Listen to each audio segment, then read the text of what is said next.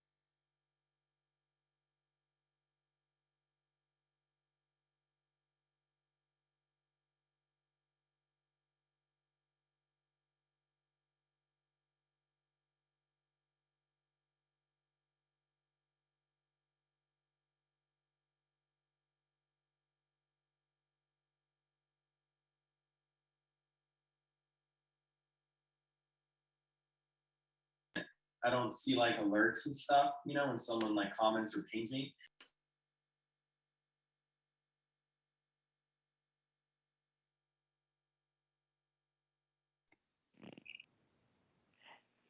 Hi, anybody there? Hi, everyone. Good evening.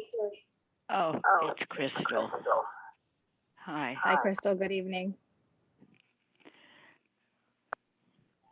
Hi, everyone. Hi. So welcome, everyone, to the May meeting of the Arts and Culture Subcommittee meeting. Hi. I'm just going to give everyone a couple minutes to trickle in. It seems like many of you are here already.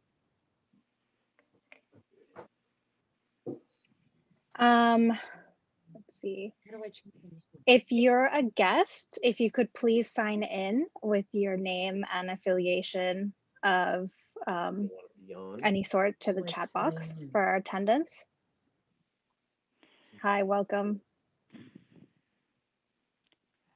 I can. There's no way I can change that. That's all right, whatever. Hello. Hi, everyone. Good evening. I'm just greeting people coming in. Since we have a lot on the agenda, I'll go ahead and get started. My name is Andrea Gordillo. I'm the chair of the Arts and Culture Subcommittee meeting. Hi to new faces. Okay. All I have to do is Immersion Van. I'm here by phone, so I can't go to the chat room, but no problem. No problem, Crystal. So we just for another housekeeping also, Tariq is our Zoom facilitator. The name is under Tariq Square is Manhattan Community Ward 3. If you have any kind of tech issues or anything, just shoot him a message. So I'm going to start with an approval of the last month minutes with a roll call vote, and also a caveat to let you all know that for right now I'm acting as secretary, but for the committee members who are here, if anyone would like to be secretary, please just reach out to me. Otherwise, I'll reach out to you. So give me a second to pull up the roll call. Just had it here. Sorry, everyone, I have too many things open. Hold on. Okay, here we go. Okay, so Andrea Gordillo, yes. Olympia Kazi? Yes. Wendy Lee? Tariq Ramos? Yes. Thank you. Thomas Rosa? Thomas Rosa? Yes, I'm unmuted. Thank you. No problem. Ricky Wong? Here, okay. Crystal Fields, I got you, Crystal. Okay, and that's it.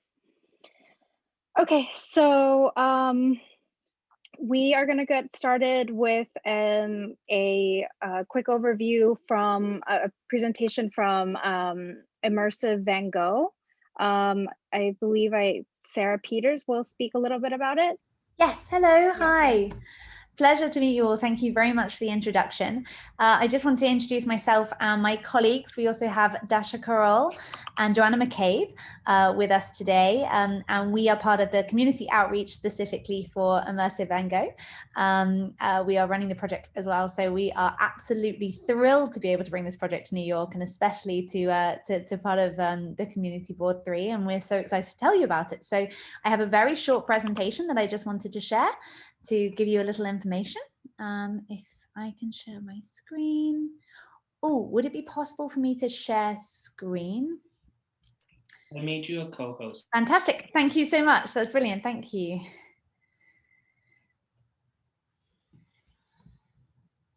That's wonderful. Let me see if I can get that into present mode. Oh. You know, actually, because we're about to go into a video, I'll show you the first two out of present mode, and then I'll pop in. So Immersive Van Gogh, I'll just tell you a little bit about the exhibit. So it is an incredible immersive experience, which is digitally projected onto the walls of our gallery space. We're very excited to be able to come to Pier 36 this summer, and we'll be opening early June and running through to September. Inside the gallery, inside the Pier 36 space, we have our 3 gallery spaces that our guests are invited to walk through. And then we have a further activation space, which has been designed by David Corrins, the set designer of Hamilton. And we're so excited to have had him and his team involved. So we're thrilled to be able to be right on the waterfront, welcoming guests this summer to Pier 36. Here's just a little bit of information and testimonial from guests who have been previously. Please do let me know if for any reason the audio isn't working, but it just gives you a flavor of the guest experience that we've had so far. This was specifically from our Chicago opening in February.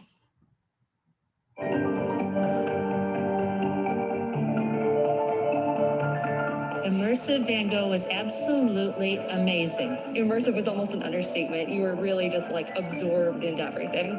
It was the most amazing thing next to seeing one of his original paintings. It was very eye-catching, very engaging. I loved how it almost felt like it was telling a story. The music that was picked matched the painting so well. It kind of just amplified the whole experience. From the moment we got here and entered the front doors, our tickets were paperless. So they scanned our tickets, they took our temperature. I noticed the hand sanitizer stations, which was extremely important to me. I also noticed that there were decals on the floor to stay 6 feet away from each other. We almost had our own little pods 6 feet apart from the next person. It was enough space to where you were still able to enjoy it and see every angle of the entire room, but it gave you just like a state of comfortability. Coming as a family, I think, was a great outing. We saw kids watching it with us. There were couples that were older. It's really an experience that all ages can enjoy. If you've got any sort of passion or love for art or music, definitely come see it. It combines them so well. It's an experience that cannot be duplicated. It's a mind-blowing experience.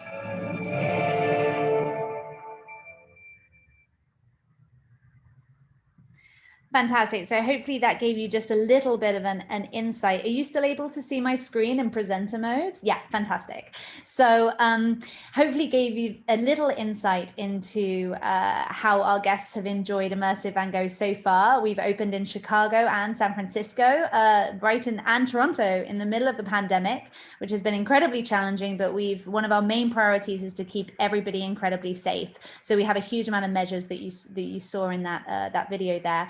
I'm going to pass over to my colleague Dasha to talk through some of our community outreach programs, and then we would welcome further discussion from everybody in any format that you desire. So Dasha, over to you.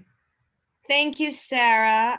So just to start off, we are excited to present a variety of community outreach programs that have been crafted specifically for our New York temporary pop-up exhibit, which is running just for the summer months. And we've decided to go with a 3-pronged approach encompassing the community of residents in the neighborhood, the school that is directly across from Pier 36, the Shuang Wen School, as well as the larger citywide artist in residence program that we're going to be initiating. And so just to say a few words about the community day to start with, we spoke with Susan Stetzer, and she had given us an advisory to contact some of the housing complexes in the area. And we are reaching out to our contacts provided by Ms. Stetzer in connection with Basketball City, Bruce Radler, who is our lovely landlord. And we are going to arrange a number of tickets distributed to the residents and their families. And we have a specific date set aside for Saturday, June 5th, which is a wonderful day when all families can come and enjoy the show anytime from 9 a.m. to 3 p.m.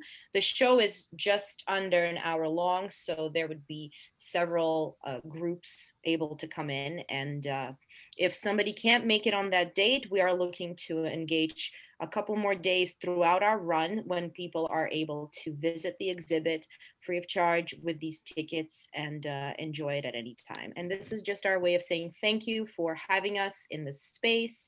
We're so excited to spend the summer at Pier 36, and we really wanted to make sure that the community knew that we are here for them, and we are it's important for us to make sure that they see this first before anybody else. The second thing that we are planning to do is we are already in touch with the principal of the Shuangwen School. We are talking about possibly organizing a field trip for the kids before the end of the school year. And of course, because, you know, the artwork of Van Gogh has so many wonderful angles designed for education, we have a full teacher's guide that we're putting together, and that will involve engaging with the artworks from the perspective of learning about different brush strokes, or learning about the legacy of Vincent van Gogh's relationship with his brother and the letters they wrote to each other, because those really provide a huge insight into the artistic process. So we are going to talk to the school and see what really works for them and for their kids. And we're going to make sure that they really enjoy that time and get something educational and exciting out of it as well. And the final thing we are going to be doing, the final initiative, is actually the most robust initiative to date, and that is the Artist in Residence program. Now, we are looking at emerging as well as established artists to engage with us and to really look at the legacy of Vincent van Gogh's art, and to present their own takes on the several topics that might be discussed here. You know, there are various disciplines of artists that we are looking to attract, from visual artists to performing artists to possibly craft artists that would like to gain visibility through our program. And we are going to be looking at an advisory panel that will consist of established artists as well as members of the Lower Manhattan arts community. And we were so excited to find on the CB3's page a wonderful resource of all the arts organizations within the area. And we're looking at creating this advisory panel, including these members of the community, as well as people under the advisory of the Cultural Affairs Committee here, and the larger New York City Department of Cultural Affairs that will be collaborating with us on this. And once we are running, there will be 3 artists who'll spend a month each in the space. They will be invited to create works and sell them to the many, many hundreds of patrons who are in the space daily. So that's a great amount of exposure that we are happy to provide them.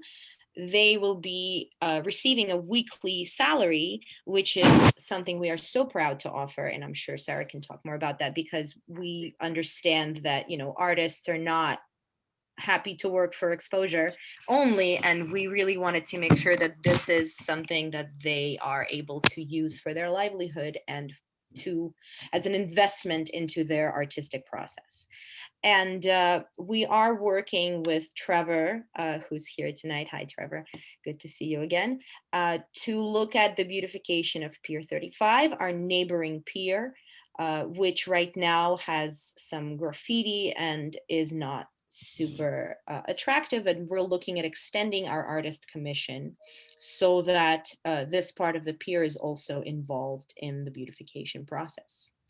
So as you can see, we've started this process, and we are very interested in fleshing out this program to make sure that these 3 months that we spend on the pier are also months that the community sees a direct engagement and sees that we are not just here to provide this citywide artistic event as a means of New York's revival and coming back from the pandemic, but also this is a space for the community to grow and evolve and engage with each other. So at this time, I'm sure we will be excited to take all of your questions. Absolutely. Thank you, Dasha. Thank you both so much. I think you have quite a captive audience of people from the education community and the run youth development programs and all sorts of other things. So yeah, I welcome any questions. Olympia? Thank you for presenting. I'm assuming that the 3 months that this show will be on is this summer, is that correct? Yes, that's correct. So we opened June 10th. And we go through the summer. So one of the recommendations that I have for you is we happen to have our local superintendent here. And instead of reaching out just to, Mrs. Stetcher is the manager of the community board, but she's normally not should be representing the community at large. And the superintendent works with the schools both at District 1 and District 2. And in the summer, they're going to be closed. But there is a program called Summer Rising, where a lot of local kids that will be in the proximity of that area will be coming from different schools. And that would be the perfect partner for you. And maybe Kari can also explain how you can get in touch with them, because this way, the kids of the area will be able, who are going to be in person near your exhibition this summer, can benefit. That's absolutely fantastic. Thank you so much. We would love to hear more about that. That is not a program that I personally had read about. I'm sure Dasha and Joanna may have heard of, but that's great. Thank you. Carrie, is that you, or are we going to be talking to you?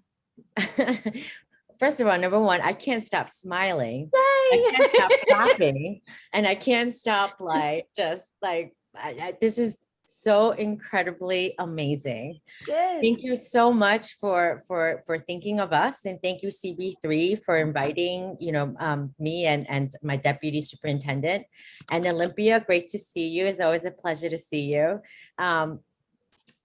This is just such a wonderful opportunity, because my deputy was actually texting me and telling me how she got tickets, right? I have my tickets for August. Yeah. Can't wait. Fantastic. So building on what, good evening, everyone. My name is Carrie Chen. I'm the community superintendent of District 1. And currently we have 20 schools around with 6,700 students. And we're always looking for ways to partner with different either private or public partnerships to really enhance and enrich the learning of our students. And we've always been very, very passionate about the arts program across all of our schools. So just to bring you back 10 years ago, I was a middle school principal, and we actually received a Matisse Foundation grant. And so we had a 3-year grant from the Matisse Foundation that was super, super awesome. So we were able to bring a lot of arts program and art experiences to all of our students. But because of the pandemic, as you all know, the grants were really, really hard to come by. Yeah. So, just speaking to one school, but across the district, arts has always been a priority. And so, this just can't come, at a perfect timing. So yes, and thank you so much. Thank you so much for thinking of us. I'm so excited. It's always really important to us to reach out the local communities whatever city we go into. It's such a, I think there's always a concern that as a kind of a big artsy company, it looks like you're just coming in, you're doing your show, and then off you go. And for us, it's really important that the community that we're part of, that we're in and performing in, and that the venue is actually part of our process. And it's always something that's right at the top of our list is community outreach. Oh, that's beautiful. And it's great to hear that PS 184 has already, you've been in communication with them, and they're an awesome school. We would love to have all 20 schools connected to you. But I will let Christine talk more, because she supervises the arts across the district. So she can give you more of a sense of like where we're at. But for me, I would love to have all 20 schools be a part of this. And so we also have a very, very strong partnership with Artists Alliance. I'm not sure if you heard of them before, but Artists Alliance, they've been incredibly supportive of providing arts residencies, as well as connecting us with different partnerships. And Essex Crossings, that's like kind of like the new development in the Lower East Side. And, they've also been instrumental in connecting us with different partnerships as well. And so, we would love to, obviously be a network for you, as well as, bringing, a more arts experience to all of our students. That would be fantastic. Go ahead, Christine. Well, I'm not sure it's our turn to present yet, but I do, and I'm happy to when it is. So excited. But I did want to build on, because I think one of the things Olympia brought up was about Summer Rising. Yes. Yeah. So Summer Rising is it's a unique opportunity this summer for us to really design our own summer program. And the goal of Summer Rising is really to reconnect our kids with the joy of learning and reconnect them to their neighborhood, reconnect them to their schools. And so we're partnering really closely with our community-based organizations in a way that we haven't partnered before, to really design a program that's grounded in experiential learning. And so we are really excited about that. And we know that there'll be a lot of trips involved. And so having kids go out to this exhibit would be, amazing. And that's time for that is built into the schedule. And as Carrie said, we have a really strong partnership we have a private partnership with Essex Crossing. And we have some other partnerships with our community-based organizations that I'll talk about when we get into the program. But that's what the summer is all about. It's getting our kids out into the neighborhood and learning in the neighborhood as much as we can. And certainly we want to provide experiences in the arts as well. And if you don't mind my asking, how is the program structured? So is it all of the schools, like all of the kids of the area? How does it work? So this summer is very different. So every one of our students has the opportunity to opt into summer school, which hasn't been the case before. So in the past few years, summer school has been primarily for students who are mandated. We're not expecting a lot of mandated students this year, but whether you're mandated or not, you can attend summer school. And usually we have 2 sites open. We have 10 sites open this summer. And so there will be an academic component that will run from 8 to 12, Monday through Thursday. But even that is supposed to be academic enrichment. So not just your, kind of typical ELA and math, really talking about an integrated curriculum. And then our community-based partners are running the program after 12 through 6 o'clock. And they'll also run the program on Fridays, which we think might be a lot of the trip days, not the only trip days, but obviously they'll have the full day on Friday. And our CBOs are also running, the program is extended an extra week. It's 7 weeks this summer, and the CBO is going to run that last week completely. Fantastic. And just one last question. I don't want to monopolize the meeting, but when does the program start and finish, dates-wise? July 6th. July? I think it's July 6th. It's right after the 4th of July. To the end of the first week after end of public school, right? Mm-hmm. Okay. And did you say to the end of the August, did you say? August 21st. I'd have to pull up my calendar, somewhere around there. No rush. That's really helpful. Thank you so much. And that gives us like a little bit of time to make sure that whatever we structure and reaching out to you guys and getting the right offering for you. So that's ideal. Fantastic. Thank you. Thanks. Before we segue into the next presentation, are there any other questions from the committee members? Yeah, go ahead, Thomas.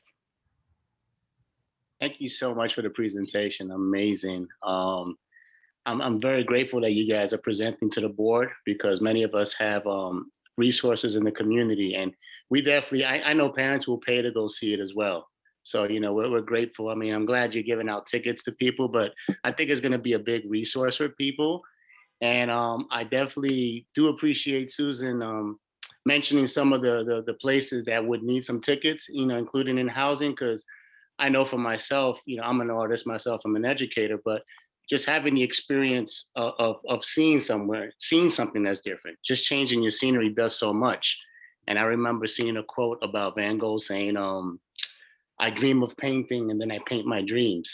And it'd be really amazing to a kid who may not have been exposed to be able to see something like that. And that's a big need in our community as well. Even, you know, we've identified a lot of ed issues in the community, including lack of Wi-Fi, amongst other issues. So I definitely, the recommendations, I mean, I think everybody's going to want to come to see it anyways. You might have to extend a little bit for us. But, you know, I'm like overwhelmed with the excitement, because I know what seeing things did for me as a young man. And then lastly, what I would like to ask is, in terms of the artists who would possibly be doing residencies, are you having any kind of auditions, or is there a link that they can go on to? So there'll be a call for applications that goes out the end of next week. It'll be out far and wide. Our PR team are amazing, and Joanna here is a representative of the same. So it will be everywhere, hopefully, and we will send it to you guys for you guys to distribute as well, which would be very helpful for us from a distribution spin. And the application process will be 2 weeks until the deadline on the 28th of May. And then that application process will be overlooked by the advisory board that Dasha was talking about earlier. And the first artist would, well, the 3 artists who would be awarded would find out within the week, and then we would have the first artist start as soon as the show begins on June 10th. Wow, that's amazing. Thank you. And then as Dasha mentioned, we also have another opportunity, you know, through working with Trevor. Trevor did mention right at the beginning of the process that some of the area of Pier 35 needed a little bit of love, a lot of graffiti, etc. So what we'd like to do is make that part of the artist in residency program for those who maybe hadn't been accepted into like the main section of selling their work. We would love to make sure that their work is still seen. And so to have a visual artist program that goes on at the back of Pier 35, we just need to quite work out how and make sure we've gone through the right channels and Department of Sanitation, etc., etc. So we're just we're getting there. Very exciting. Thank you. Thank you. Any other questions from committee members or otherwise? Olympia? I think Tariq also had his actual hand up earlier. Tariq, do you need to? No, I was just saying I'm going to see the show. You're going. Great. That is good news. Glad to hear. So my virtual hand was up because I would be, you know, attacked by all my artist friends if I didn't ask you specifically when you say that there's going to be a stipend and that there will be the work being sold. So that we understand, one of the major issues that we have in New York is that a lot of our artists are underpaid. And so right now there is going to be a rally literally this Saturday that they are demanding on Foley Square. Artists are demanding fair pay. And so it would be great if, since you're so community minded, etc., that you look at the scales of pay that the artist unions in New York have agreed to, so that you have a sense of the floor payment for, like, fair payment for an artist in the city. Since you're gonna, you know, have 3 stipends, it would be great if you can, you know, make sure that it's in line with the absolutely 100%. So we had some, we have figures that we almost go into every city with, but I completely appreciate that every city is not the same in terms of its regulations. So we will definitely look into that to make sure that it's a fair wage. And that's you something need more information of this meeting. I'm happy to connect you with either people in the unions or whatever, so that you have a sense. That's fantastic. Thank you so much, Olympia. That would be wonderful. We always make sure that we go in, like, we don't believe in just like minimum wage. For us, that doesn't really mean anything. We're just like that, somebody is worth a lot more than that. So we always go in at what we feel is a very fair weekly rate. And we'll make sure that that is definitely in line with New York's regulations and New York standards with the Artists Union. So thank you so much for that. Thank you. Carrie? So promise last question. So what is the capacity? Because you've shared that there's possible tickets and also supports for students. I'm not sure what your capacity is. So if we know what your capacity is, then we know in terms of, how to partner and leverage the resources that you can offer. Of course. So our opening capacity is 350 people at any one time. Our tickets are done in an hourly time slots. So in general, it takes slightly more than an hour to get through in a venue this exciting. So we always err on the side of caution. We know that our capacity is a huge amount higher than that in a place like Pier 36. But we start low just to make sure everybody is comfortable, especially in COVID times. We've always operated, in general, we open at less than 25%. Because city regulations, when we have opened in previous cities, have been that, and B, because we want to make sure that from an operations perspective, everybody is comfortable. That would take you to roughly 4,500 people per day. So it's as COVID restrictions change, the capacity will change with it, but our opening capacity is roughly 4,500 people a day. So forgive me if I didn't hear this, but is this like free of charge for the students in District 1? Is that what I'm hearing, or? So it depends on how we partner. Obviously, from a school's perspective, because we had so far just partnered with PS 184, we'd extended the invitation to the principal for us to understand what a field trip looks like. If this is a much larger program, we just need to look at how that spreads over the summer, mainly because we're so sold out. So we want to make sure we're not going over capacity at any one time. So Dasha will take that on, and we'll make sure Dasha is leading on our school's initiative. And she will just make sure that she catches up with yourself and Christine after this to look at the Summer Rising program, look at the number of students you're looking at, and work out how to spread that over the summer. But of course, we don't want to leave anybody out. We want to make sure that everybody has a fair opportunity to be able to come and see the exhibit. So we'll have to work out how to do it. Okay, great, Dasha. I guess we'll connect with you. We'll work out the logistics and we'll make it happen. Yes, the email that you see in the chat is the regular email to get in touch with all of us on the community board, community outreach team, and definitely that. And I'll drop you my personal email so you can get in touch directly. Thank you so much. Trevor, you had a question? Yes, I did. And I'm sorry. I know we had spoken earlier, but I had the wrong calculator out. So I thought it was 350 per day as opposed to 4,500 people per day. Gotcha. And I just want to reiterate, living, right next to this, and the folks who live in this area, the affordable housing and the NYSCA, that I know you've allotted some tickets for people who live here, but this impact is going to be a lot greater than I thought. And often when these exhibits or things are done at Basketball City, the people who live around the area are forgotten. Mm-hmm. And I know you're going to have some capacity, but I really want to reiterate that we do the spiral method, which is that the people who live directly in that area are immediately prioritized and spiral out from that area. I know there's enough capacity here. I imagine that the governor says we're going to open up by the 19th. I know you want to keep your capacity at lower levels just because it's more comfortable, but I don't want to make light of the fact that people live directly in this area and they're going to be impacted. No, we really appreciate that, Trevor. And I think that we need to pick up with you, myself, Joanna, and Dasha after this call to discuss numbers and everything. We looked into everything that you said about the housing communities nearby. We've looked into the numbers of people who are living there, and we want to make sure that we're going in with a fair understanding of exactly how to distribute those tickets and the best way to do it, and be able to do that over the summer. So I completely agree with the spiral method. And if that's what the way that you see the best way of outreach, that's really helpful for us to understand, and we should definitely pick up with you after this meeting to understand that going forward. Thank you. Go ahead, Carrie. Yes. Sorry, last comment. I do agree with Trevor. I think we really need to vet like who's going to be receiving tickets from Basketball City. We really want to make sure that we prioritize our families in the housing developments, and I want to be a part of that as well.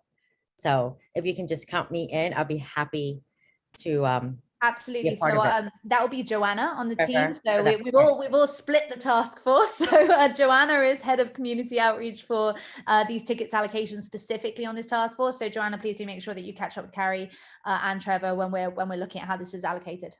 Absolutely, I will. Nice to meet you, Carrie. And just wanted to say I went to 80 million years ago. I went to PS 124. I know that's not in your district, but close by. Oh, that's great. Thank you. Thank you for sharing.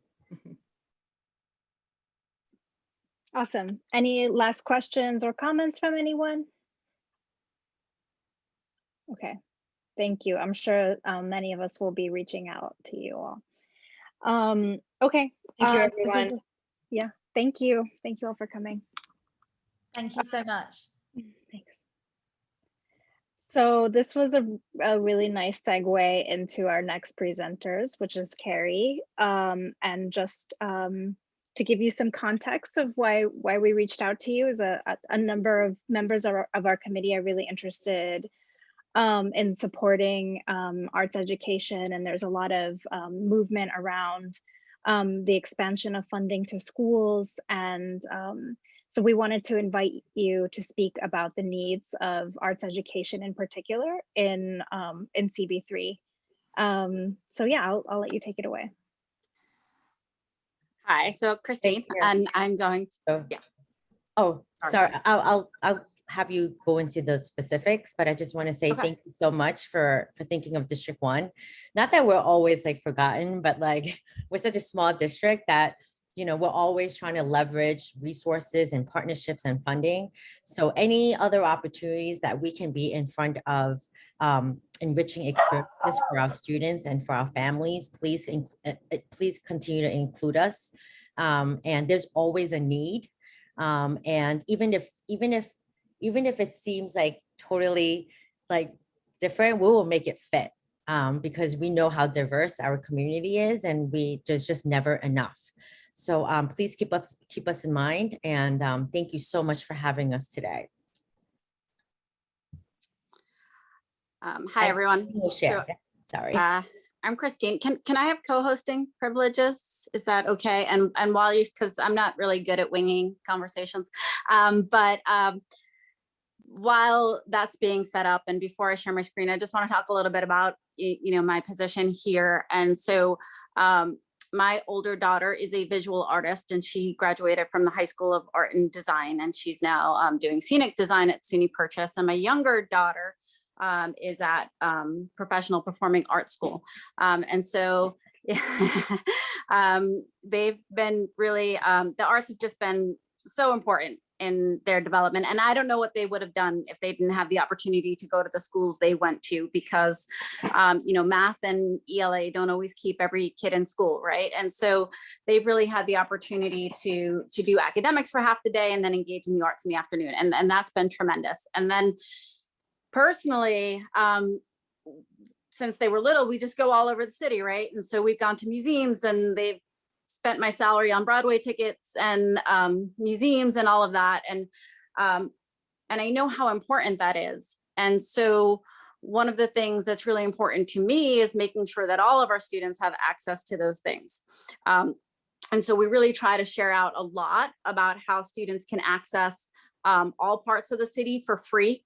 And that's really one thing that we've try to encourage. I don't always feel like we're the most successful with that, but especially in the neighborhood. So one of the things that we started having a conversation about, and that I started having a conversation about, was even the tenement museum, which is located in our district, is pretty cost prohibitive for a person, you know, who has a 3 or 4 people. It's $20 an hour, because it's an hour tour. It's not like an open tour.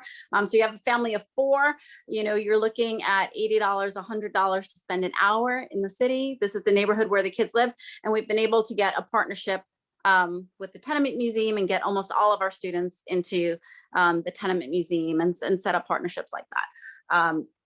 And obviously Carrie spoke to a lot of the partnerships that she's created with Essex Crossing, and that led to Artists Alliance. And just really, again, it's about making sure that our students have access to everything that's going on in their neighborhood. So I will, so when I came here, I'm going to share my screen.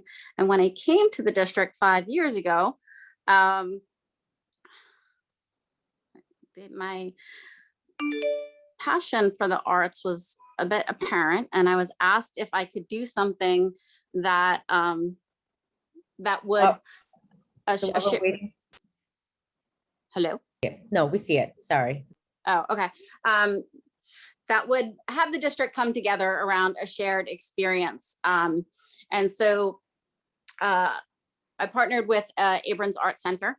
So that's with Henry Street Settlement. We have a lot of partnerships with settlement houses on the Lower East Side. And so this is our 5th year of our annual arts festival, and we had to skip it last year, which was very sad, but we're happy to be back. And that's been a really just amazing event, because all of our schools show up, all of our schools are represented. We also invite our charter schools, our high schools that aren't in our portfolio. So it's a really nice neighborhood event. A lot of it takes place outside. We have musical and dance performances, and then you have people walking by in the neighborhood, and they come and they just join. And so that's, I mean, I think it's one of the best parts of the year for me. And so that's a really strong arts partnership that we have. All of our schools have visual arts taking place, and many of our schools have music taking place. We have a small number of schools that are able to offer a full range of arts offerings, but that's not all of our schools, because our schools are small and students drive funding. And so sometimes setting aside allocations to really have a full range of arts program in terms of staffing is a little bit challenging for our schools.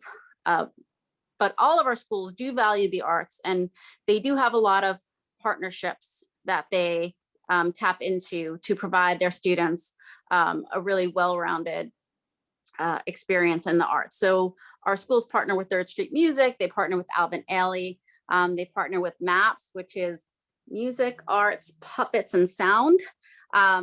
Rosie's Kids is the closest we get to drama. That's one area that a lot of our schools don't have a program for, but I think students really enjoy that, and we'd certainly like to expand the opportunity there.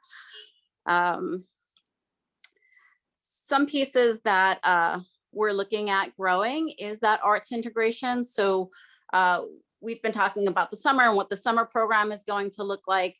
What the summer program is going to look like is what we hope that our classrooms will look like all year round, that we're really integrating these experiences into every unit of study that kids are engaged in, and that they have the opportunity to demonstrate understanding it through art, that they have the opportunity to access content through art, and that there's really full-on arts integration in all that we do, because we know it's really important to kids, and we know it's something that really comes naturally to kids. As Carrie mentioned, we're continually looking to expand our partnerships in the neighborhood and in the city. So if there is something that somebody makes us aware of, we are on it. We are setting up meetings, and we are trying to continue to grow those partnerships. We're always trying to access additional funding. A lot of that comes through grants. Things like CASA funding are important to us because it helps when the money is specifically set aside for arts programming.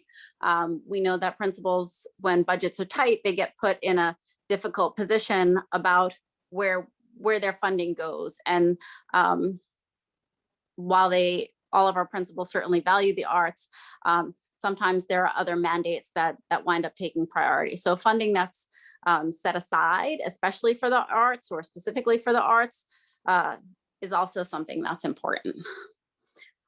Carrie, do you want to add? I'm going to stop sharing. Thank you so much. Thanks, Christine. You're awesome. And also, given the current context, we learned a lot about our students and families. And, you know, this past year obviously has been extremely challenging. And so, you know, what we learned is that many of our students can really demonstrate their thinking, their understanding in different modalities. And one big way that they do that is through the arts. And so we really want to, you know, obviously provide more robust professional development, more opportunities for our students to have access to the arts. And also, you know, when I get like emotional, but like, you know what, you know, this pandemic has really exacerbated all the inequities, right? To like Wi-Fi access, to device access, to everything, right? And you know, we always take you know, challenges and turn them into opportunities, obviously, you know, but we also learned a lot about our students and their families during this time.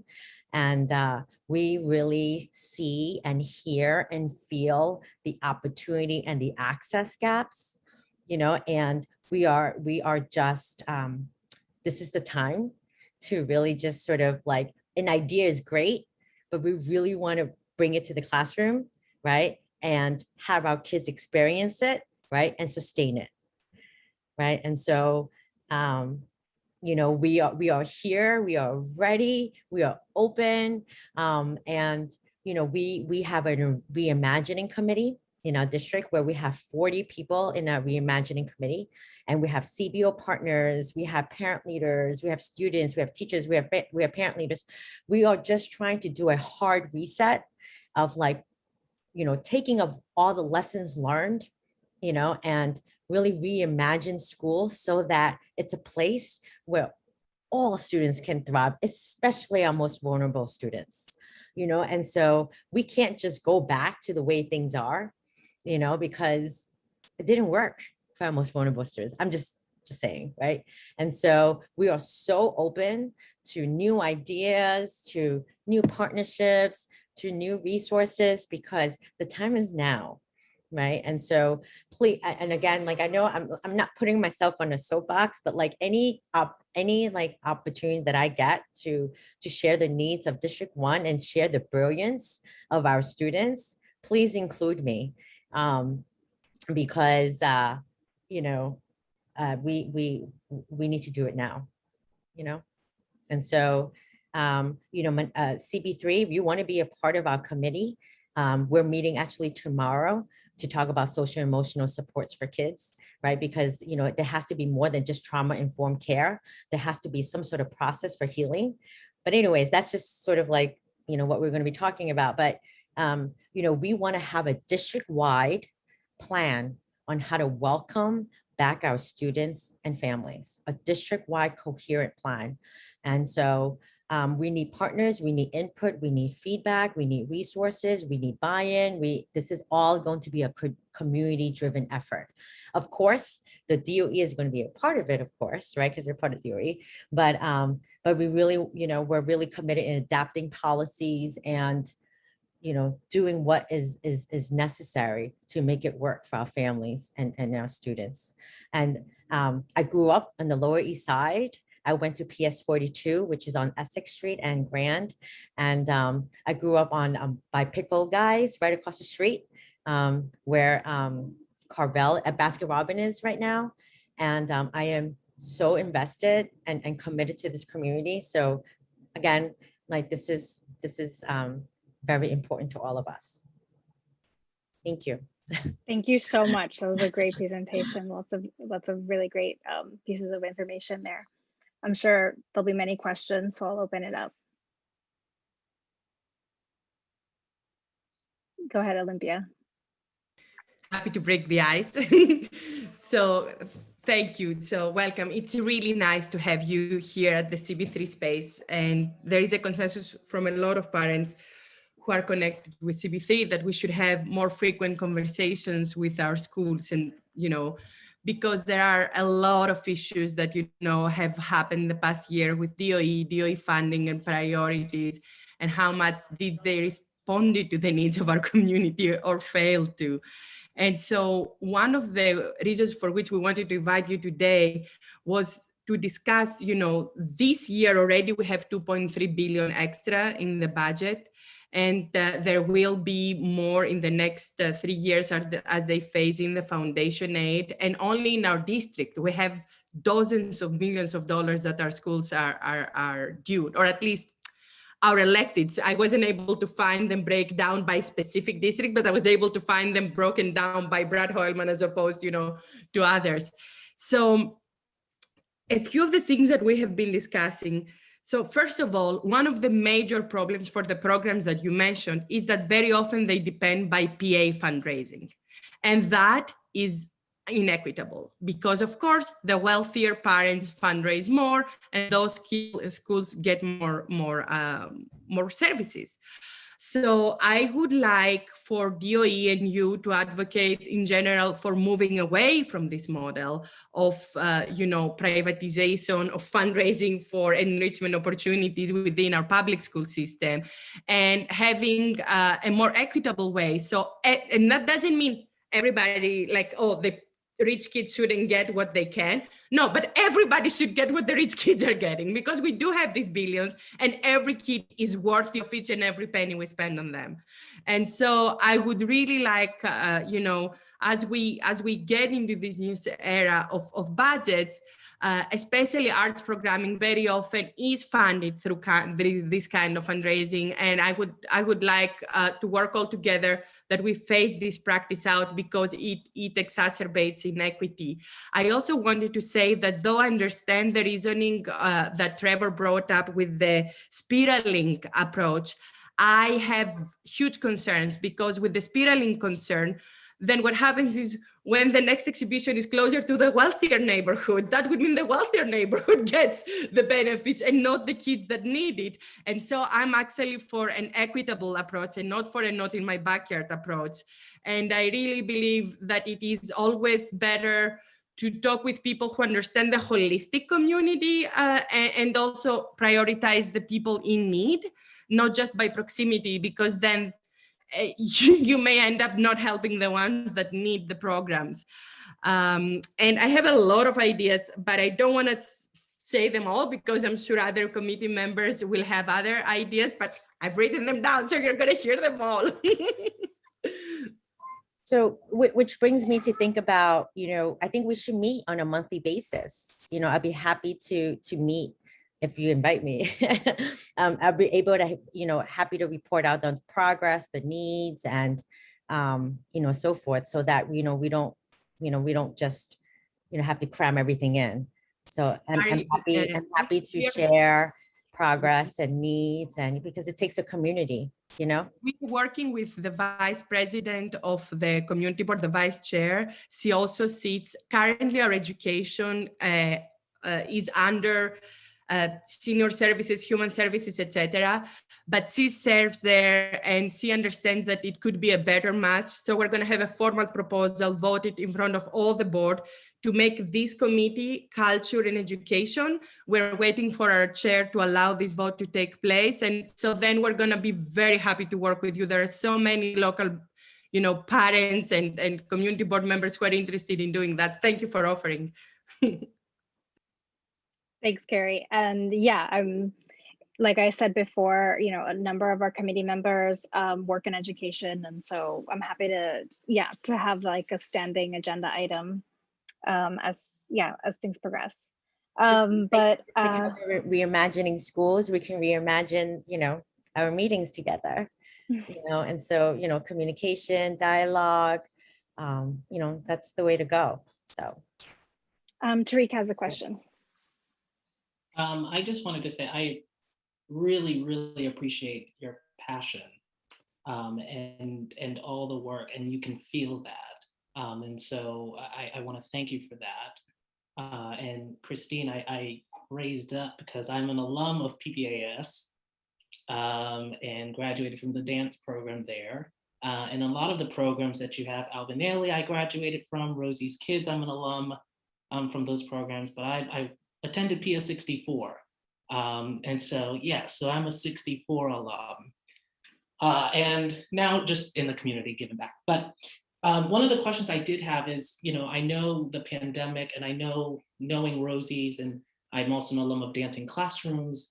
And so what has been the impact on some of these art programs in the pandemic with some of these schools? I know a lot of them, I know like 64 is not a partner of Rosie's right now. And so that's Rosie's is going through that. And I know a lot of arts organizations that are going through those things. So what is the impact of a lot of the art programs that you've created partnerships with during this pandemic? And do you see those partnerships coming back in the next academic year? So I'm extremely transparent and real. And so, it's been very challenging, given the fact that, many of our, there has been such a challenge with, staff and teachers working remote to teach to students returning in person. There's just so many logistics that, our schools, many of our schools put art aside, and so it was really more about, getting the kids, to read and to catch up, in the academics. So, as a district, we were able to secure private funding through Essex Crossings, and these are the developers that gave us money. And so we were able to continue to have a very robust arts connected project-based learning across the district. And so, we had really great attendance because we really wanted to preserve that sort of, hands-on, learn by doing, aspect of learning, right? And arts is a big piece of that. So, we did that on kind of like on the side, but it wasn't integrated. The arts curriculum wasn't integrated in the remote world, and for many reasons, and so it impacted, right, many of our 8th graders who wanted to apply for art school, right? And, they didn't have access to, many of them, maybe some of them did, because they had like art tutors or whatever, right? But many of them didn't have access to teachers who helped them prepare for art portfolios for art high school, even though they sort of, modified the admissions criteria, the art high schools. But, the access was definitely very limited, to a very, robust, meaningful arts program. Here and there, obviously there's arts, but there was definitely wasn't a priority. And so, our students who really were very artistic and really had the love for arts and passion, we got to bring them back, and so, that's my answer. Yeah. No. And and a lot of these art programs, I think, it's been a task for us too, because we've only been ever doing this in person, and teaching that. And so having to then build a virtual curriculum to make it, to build on the partnership or to make it fit. Right. So I run a nonprofit here in the community, and we are now partnered with PS34.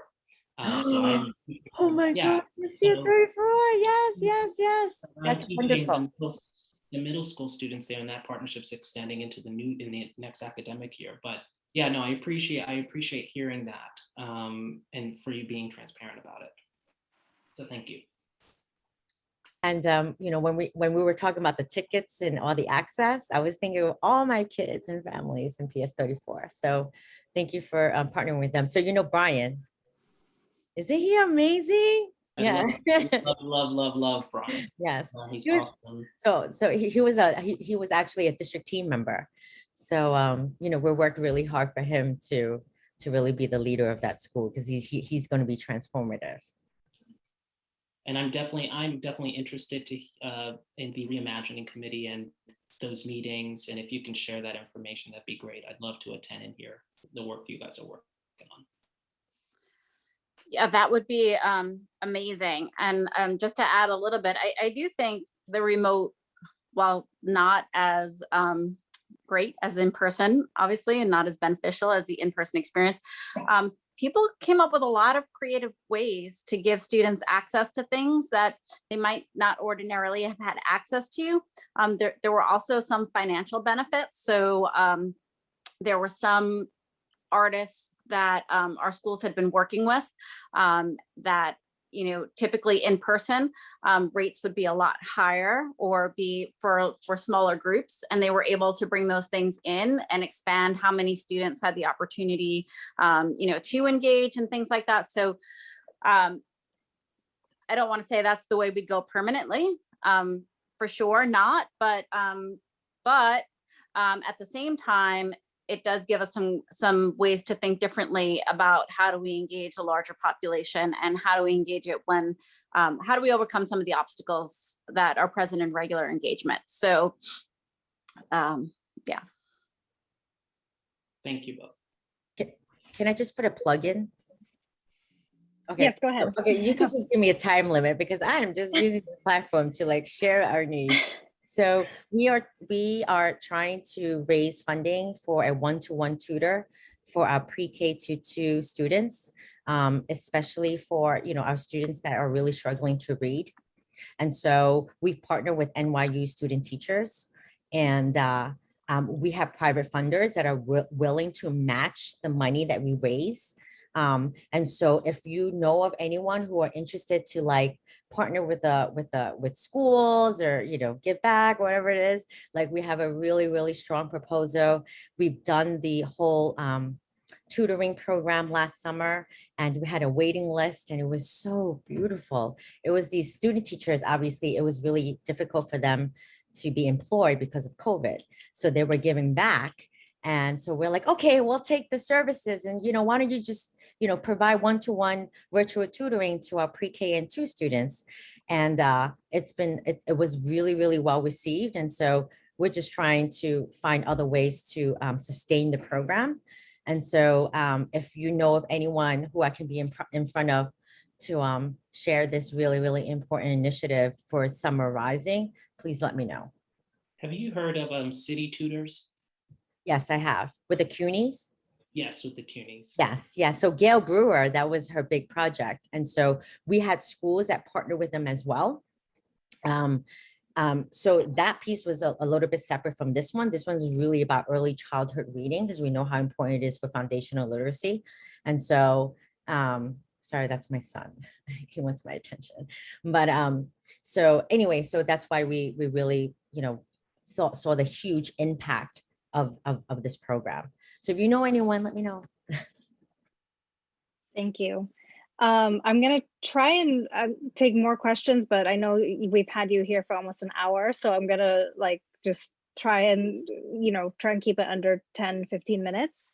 And I want to interject with a quick question. I know Thomas has his hand up and I'd like to get to him, but I just have a quick question, kind of more from the artist community side.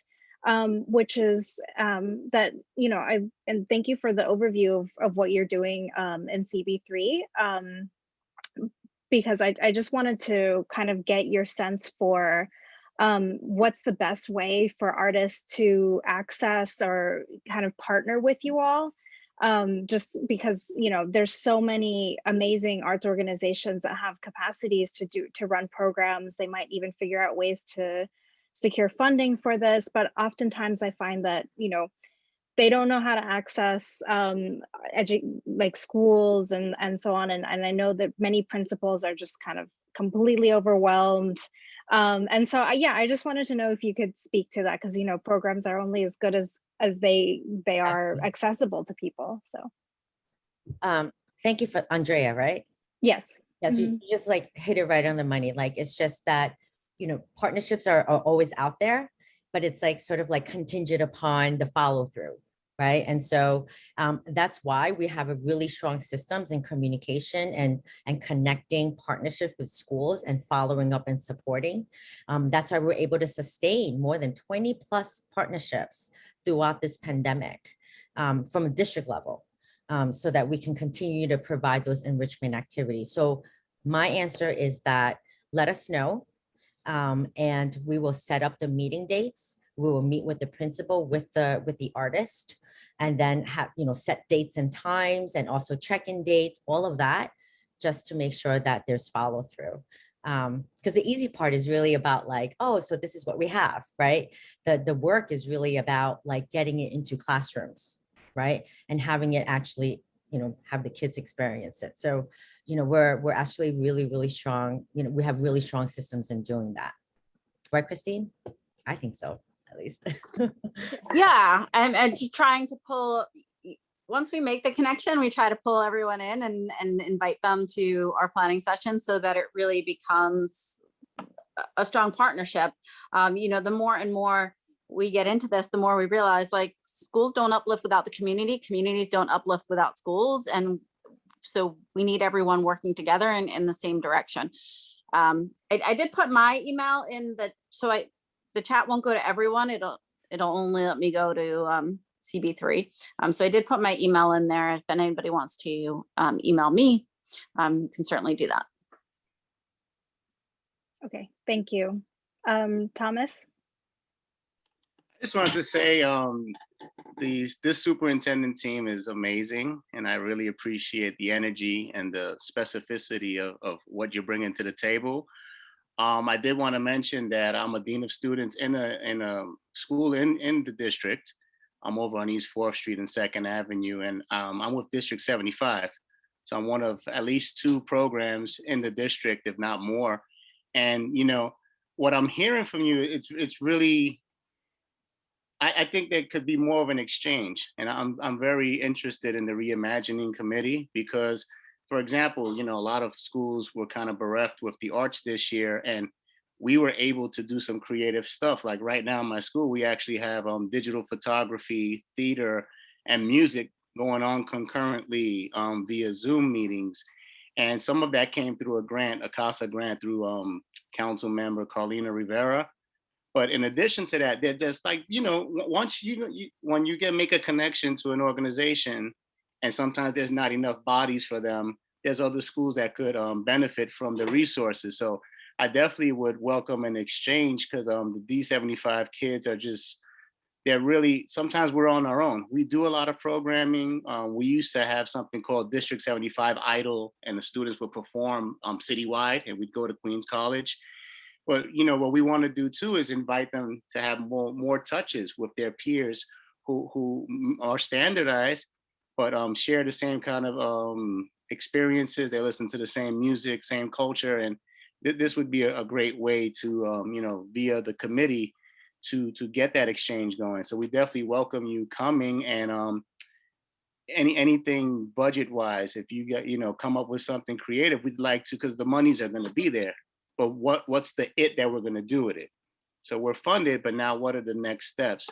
So we definitely would like to have an exchange of resources, because we may have persons that could actually do something in some of your schools as well. Thank you so much, Miss. Can you have our email? So I'll email you because we're meeting tomorrow. You would be a very, very valuable voice and asset to the team, as well as CB3, the rest of the team. So we'll email you the invite for tomorrow. But please don't forward the invite, because we're trying to keep it like, where we have really different stakeholders. And so thank you, Thomas, because we do have schools. We have many schools, as you already know, with the D75 program, and it has always been a priority for inclusion, especially in our 61 building. I'm not sure. Do you know the 61 building? No, I'm not familiar with it. School. And EVCS, right, Olivia? They work really, really closely with students in D75, as well as our building in 188, MS 188. So, there's definitely a lot of, there's already a lot of great work happening. So we're super open to really, deepening the partnership. So I'll see you tomorrow. All right, thank you. And Thomas, as we connect, we've extended the invite for the Arts Festival to P94 in the past. This year, we didn't really extend the invite to anyone because we weren't even sure if we were going to be able to have the Arts Festival.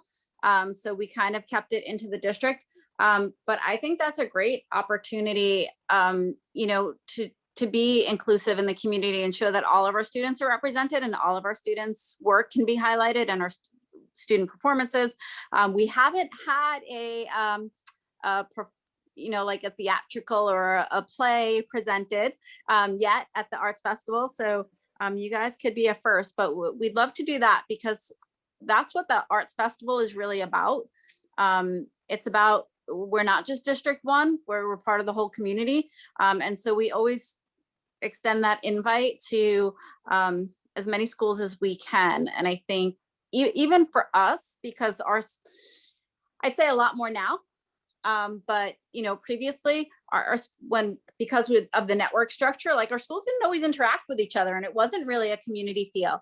And so that's what we've been working on building. And again, we want to extend that out to not just our district schools, but everyone that we live with. Well, one last question. Is it going to be a virtual? I assume it's going to be a virtual event, or it's going to be not. live?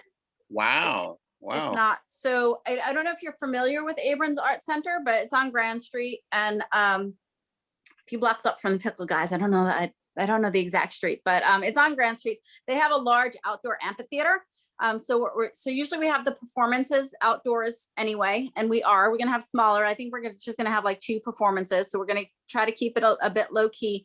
But all the student artwork is being printed and blown up, and it's going to be outward facing. So it's an outdoor experience instead of an indoor experience, but it is an in-person experience. Okay, nice. May 26th, we'll get you an invite. Okay. Thank you. Olympia, go ahead. Thank you. So you're gonna have an educator, a dean of students, an artist organization, and a parent leader from CBC in your imagining community.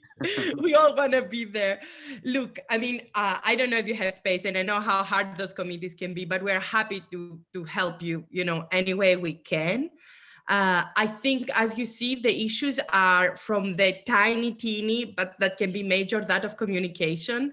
Like, for instance, as a parent leader, trying to include District 75 has always been a challenge. And I didn't even realize Thomas is working with the District 75 school. So now I'm going to be contacting you all the time because we definitely want to work. I think it has been also with the leadership of Naomi Peña, who is the president of CEC1, who was supposed to be here tonight, and she's apologizing she didn't make it.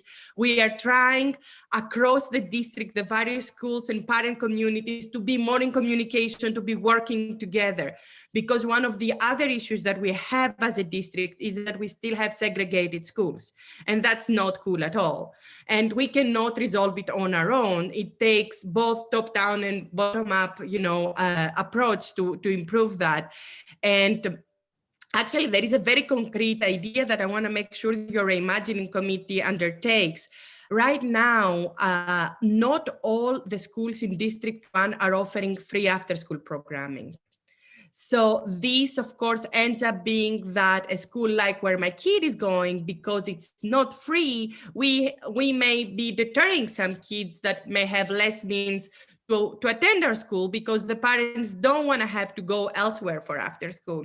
And so again, I want to go back to the conversation of budget and cash infusion and use also you as our channel back to DOE, like from the community back to them through you, that we say, okay, how we want you to prioritize these, you know, extra billions of dollars, definitely, you know, making sure that we phase out the inequitable private fundraising within individual schools, because then the situation is not fair, but also making sure that there is universal after school. And because that will help us fighting the issue of segregation.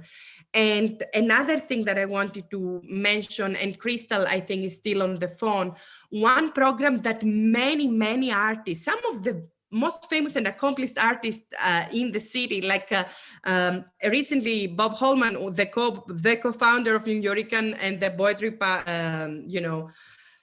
club, he told me that he wouldn't have been who he is if he hadn't gotten funding by CETA. CETA was a program founded in the 70s that was similar to WPA that allowed artists to be employed by nonprofits and schools. It was a works program. And a lot of the artists were working, and those who are going to be rallying this Saturday are demanding, once again, a program like that. And that would be a different kind of channeling of funds and programming for our schools. But we wanted to include you in this kind of conversation and give you this kind of information so that we are all working together from the different communities, because this committee specifically has the privilege and you know, and the, what we call the weight of both talking with education, but also talking with working artists and arts organizations. And so the idea of how do we, like, as it will take a few years for our artwork, and a lot of artists are still living in this district. And so to find them paid jobs in the local schools, that is something very important. So as the DOE will be, you know, cutting this pie of these various funds, we want to make sure that they understand that these are the kind of programs we care. And so I'm happy to continue this conversation forever, as you know me. Thank you, Olympia. As you can tell, like, we're, you know, just bring them in front of us and we'll take it from there. You know, we have the data, we know what we want, we know how to do it, we know who needs it. So, you know, just bring it on. So thank you. And we have surfaced the after school issue. Like we can, and we continue to surface that. So it's been 3 years, just so that you know. We've surfaced this as a need with different stakeholders. You know, we're talking about government funding, though. We're talking about government funding, right? I think it's for both public and private. We've been advocating for universal after-school program.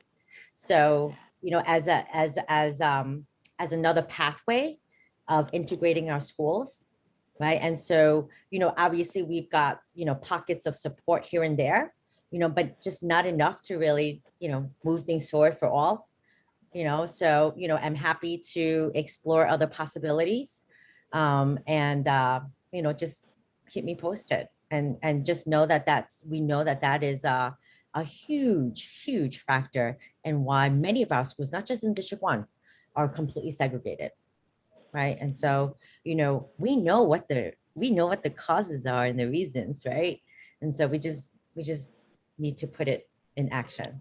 So, you know, and again, we have the data, we have the numbers, we have the need.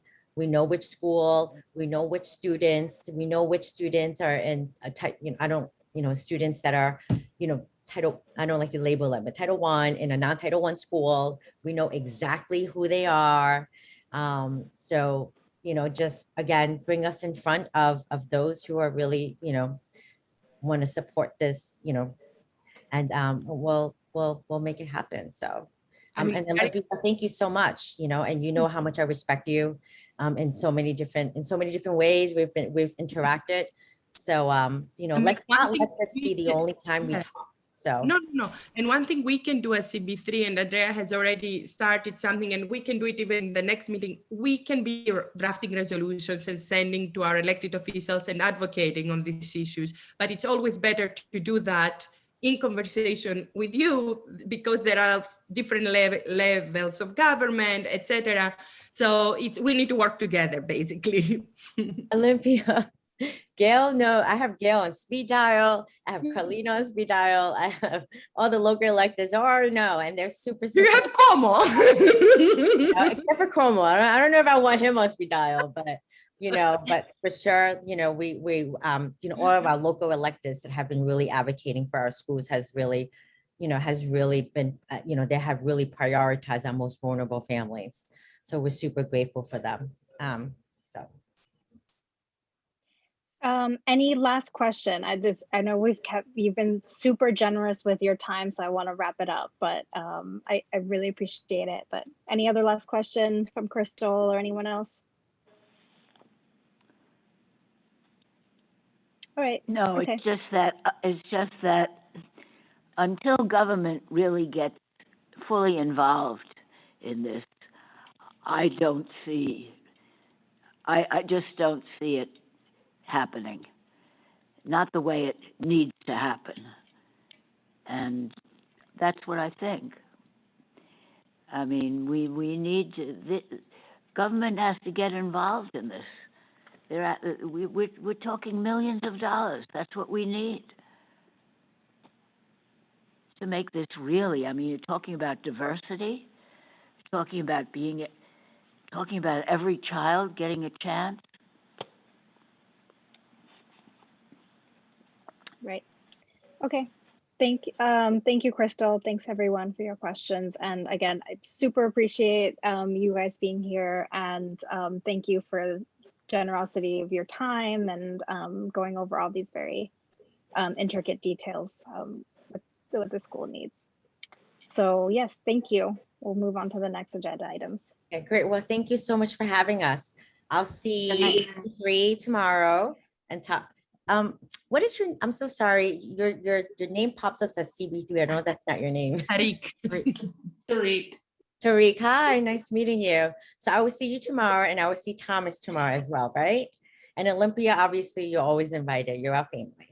So, well, thank you so much. Have a great evening, everyone. Thanks for having me. And let me know how I can, obviously, again, like share our needs, our goals and hopes with everyone. So. Thank you. Bye, everyone. Thank you. Bye, thank you. Okay, so our next agenda items are, we had invited a few other guests as well, but they were not able to make it, which I think is okay because we might be here till midnight otherwise. So I'm gonna share the resolution that was drafted. I will preface that it was very preliminary because I just, wanted a bare bones outline and to be informed by this discussion. And I'll share it, but we don't have to adopt it tonight if we don't want to, or if we want to work on it, we can. I'll open that up for discussion. So Olympia. I just wanted a clarification. So just because the NYSCA funds are very important and the city budget is passing now, what was the reason they gave, and will they come up next month? I can invite them again. She was just not able to come, but one of the other reasons was that they don't have enough. I think they don't have enough guidance on exactly how much funding they're going to get. So they're kind of like, I think all of this stuff is still being negotiated. Yeah. I'm just thinking,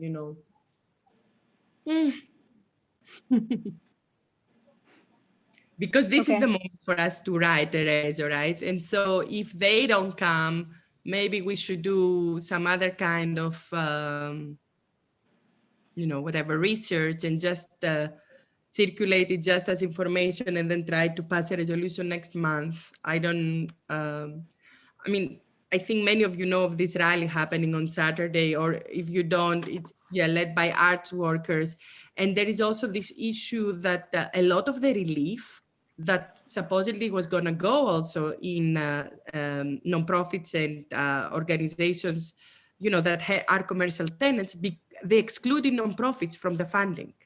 So actually, arts organizations right now, if they don't qualify with the parameters of the small venues, Vogue, federal relief, they're excluded by the state relief. And so it is going to be,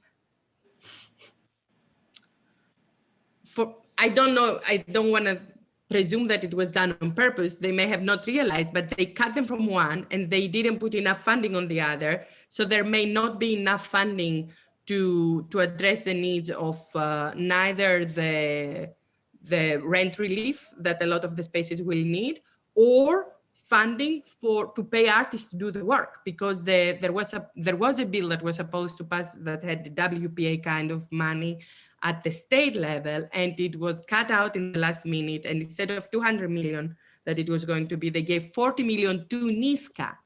And that's why it was great to have NYSCA today, because then they said, oh, so since they didn't put any rent relief, we're going to use this 40 million for the rent. But if you use it for the rent, you don't have anything for the artists. And so that is, I think, at least I was hoping to get some clarification from NYSCA on this kind of situation, and how, are they going to have additional funding? What are they going to prioritize? How are they going to deal with that? Because that is a huge concern for, both the organizations and the artists. Okay, I see what you're saying, but yeah, they're not here right now, so we have to work with what we have. Thanks, Tarika. Serrano? I'm sorry? Do we want to invite the chair of arts, Serrano, like Senator Serrano? I think Tariq had mentioned that you were in some committee or something with him. I might have been, I don't remember, to be honest. I don't have a memory of it. I know that there was a hearing, but that was the other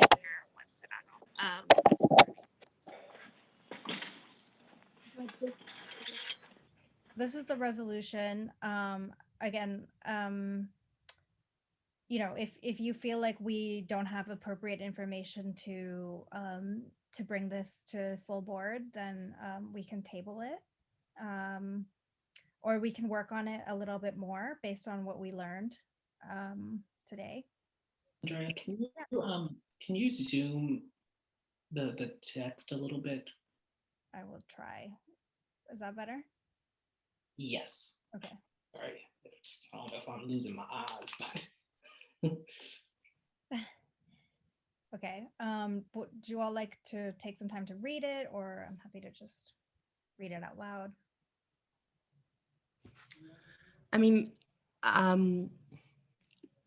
One of the things that I had mentioned was this one is talking about the generic fund of the $7 billion, and that's a state issue. And I think we should decide if we do this as a reso right now, we could focus at the 2.3 billion that are in the DOE budget and send it at the city level. Because the 7 billion, you can mention it as, as a whereas, or but it's a bigger issue, and it's going to be coming down in the next 3 years, and it has different streams of funding. Some of it is federal relief just for COVID, but others are long-term money that schools are due. And so that was one thing. The other thing that I had recommended was to use the terminology that we use in education, and that is not culturally competent, but it is, I think, culturally, what is it called? Responsive. I had mentioned that in a text. Yep, just changed it. Yeah. Yes, it's called culturally responsive curriculum. And then also there are the issues of restorative justice. But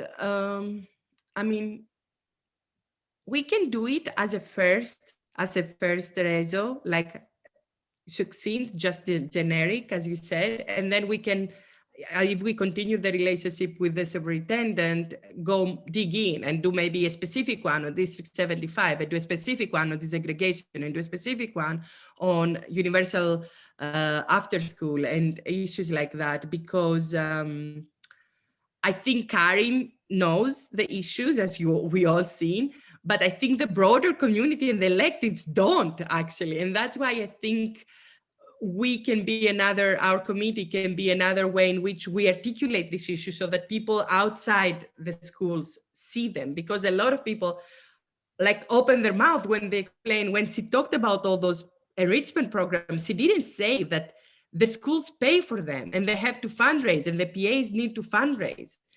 So not all the schools in the district get those programs. Right. Okay, so I'm trying to collect my thoughts. Does anyone have any thoughts about this? I'd like to hear other opinions also, with this resolution or timing of other resolutions. I think Olympia's suggestion for the second whereas gives it a little more specificity. So if we could add that, that'd be cool. And I would entertain, I'm on the Human Services Committee. This is something that crosses over. and they may have some specific enhancements that might make it a little bit more robust. I mean, we're meeting tomorrow. I don't know. I mean, I think the agenda's already done, but I definitely would like them to view this as well. But I think it's strong as is with the Olympia's recommendation. Okay. I agree with it too, that we should be as specific as possible. Can you remind me of the amount? So I'm gonna share with everybody. The chat is very weird. There is a Chuckbit. Chuckbit tends to have the best articles on these issues, and so I cannot send it to everybody. Apparently, is our chat blocked today or something? I'm not sure. The chat is supposed to just go to the host. Yeah, I think normally we keep it open for the committee meetings. Anyway, I posted it there, so whoever sees it, if you can post it for everybody to see. It is a Chuckbit article that spells out, and in this article it says that it's going to be 2.3 billion. It's an 8% increase. However, this is the draft budget. So so what we want to say is we applaud this, like, whereas the draft budget shows these funds, we are happy that there is this increase, and we want to make sure that you do ta. Okay, so the whereas clause here is, let me see, should I open the article to reference it? I mean, we don't have to. Everybody knows that, you know, the draft budget. If you refer to the term, the draft city budget,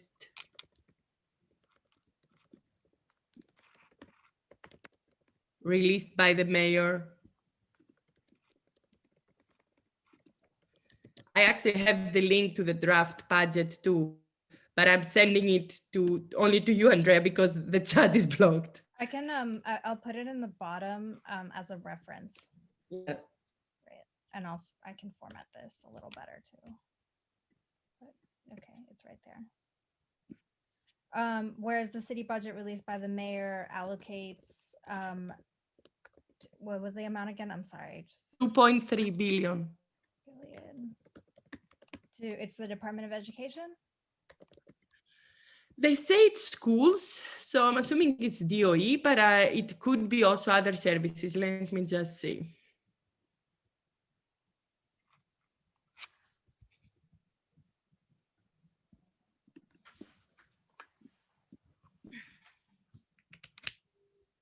Yeah, to the department, DOE.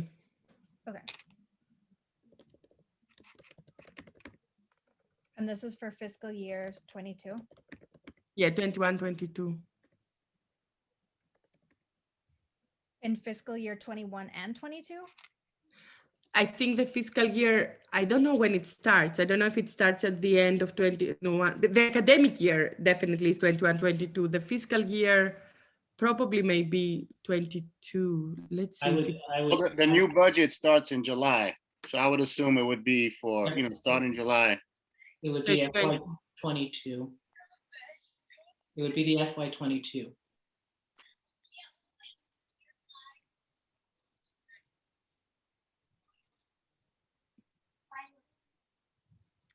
Okay.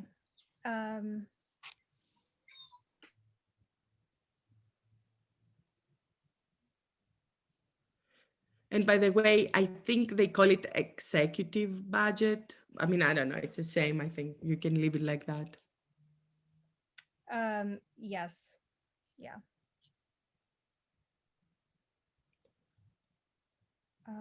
So just take out the cultural competent art education and say CB3 schools face. So what I think we should say, not just this, but first of all, I mean, we should acknowledge the elephant in the room, like trauma, and that our kids need, after a year of like the majority of the kids, even in our district, are fully remote. And that means that a lot of them need investment in emotional development. And we all know that art education, so they need to deal with trauma and with emotional development. And that's why we believe it is even more, art education is always important, but now it's even gonna be even more, should be prioritized. So I would say, whereas, all our city schools, I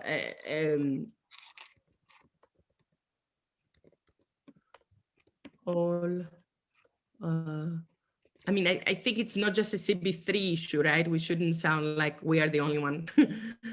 All the schools, and CB3 included, I would put it something like that. Right. Whereas,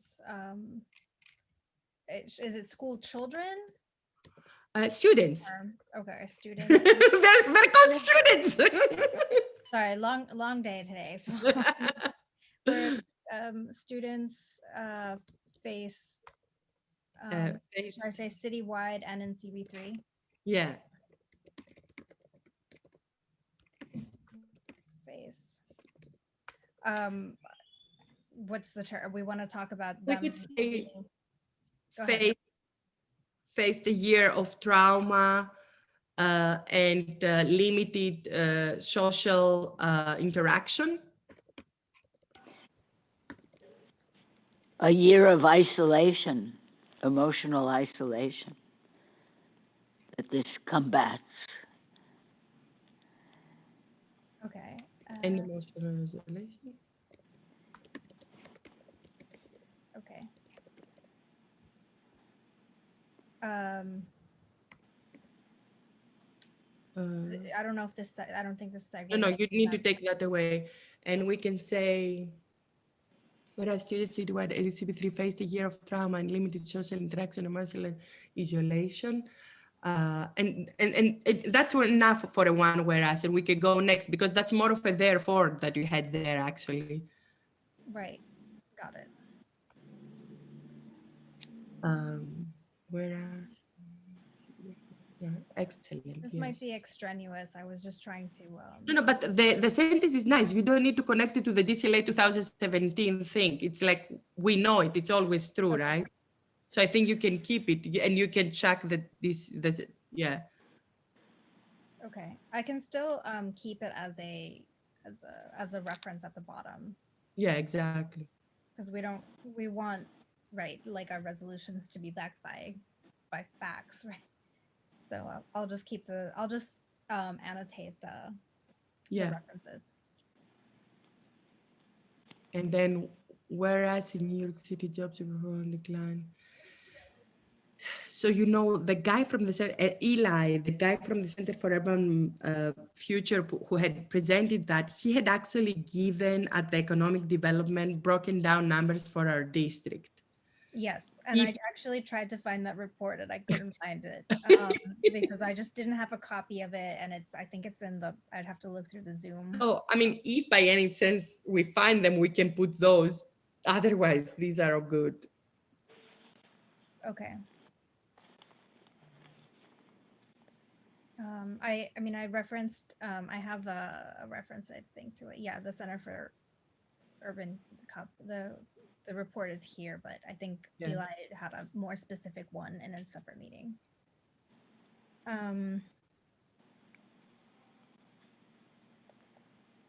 It would be good to get some other facts about the sector a little bit more. I mean, Carrie had talked about, the need for drama, which is, it's just a coincidence that the performing arts was the most impacted.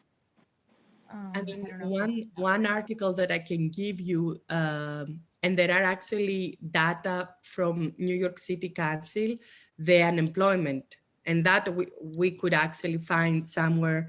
So here it says that the unemployment in the art sector is above 50% when overall unemployment was 8% at the third trimester of last year. But the New York City Council had let me see if I can find that report for you, had a report about unemployment in the arts. Uh,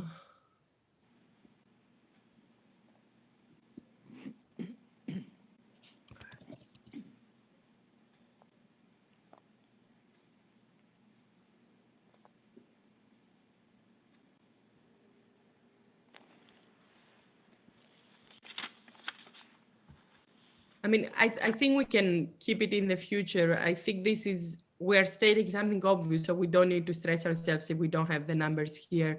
And we can even add it as a friendly amendment at the full board if we decide that we really want to have the number of unemployed artists in the district. Right, okay.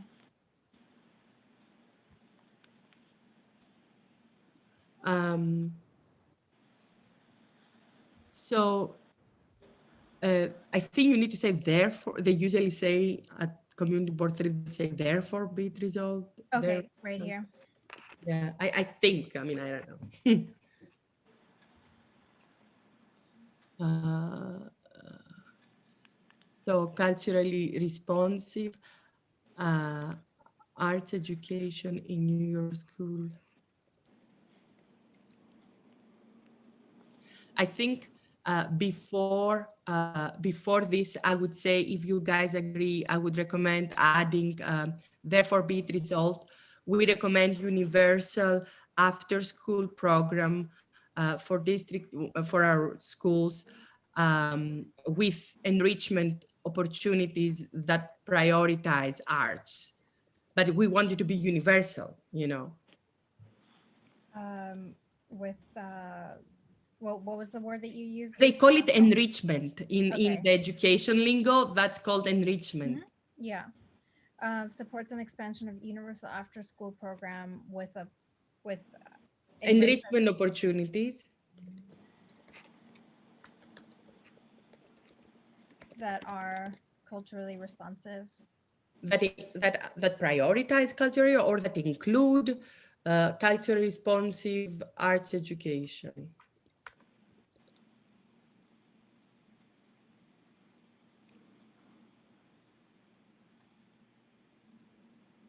And then I would put as a second therefore, I would add the workforce thing because it's separate. Okay, so let's qualify this a little bit more then. Yeah. I'm trying to figure out who is it that we're asking to do what, right? So we would say that, I mean, we would like DOE to create opportunities or an artist workers program. Supports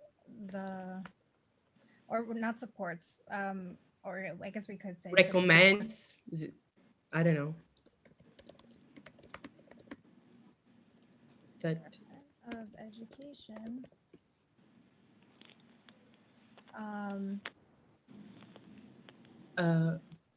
You could say creates employment opportunities for local artists.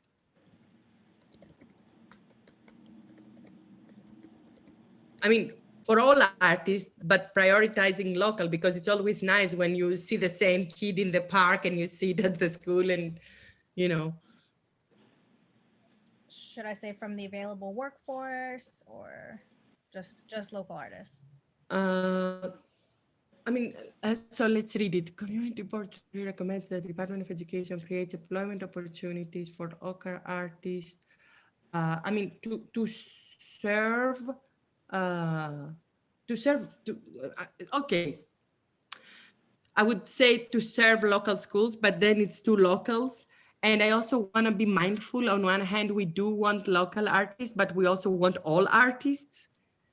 And this is often an issue, again, on the reverse, because you want to keep the diversity, you know what I mean? Like you don't want the local artist of the Upper East Side to be a certain kind of artist. Yeah. And so I would say Community Board 3 recommends that the Department of Education creates employment opportunities. I would not say just actually systemic, like a program. You do not want to say, oh, we employed one artist here, but an ongoing, program of engagement of local schools, artists, and communities. We could put it more like that. Yeah, I'm trying to think about your equity piece and how to articulate that. And also, we keep referencing CETA, right? Which was a very large scale. But I have interesting information for you. CETA was copied by San Francisco. It started as a municipal program, and then they blowed it up into a federal program. Right. Okay. Let's see.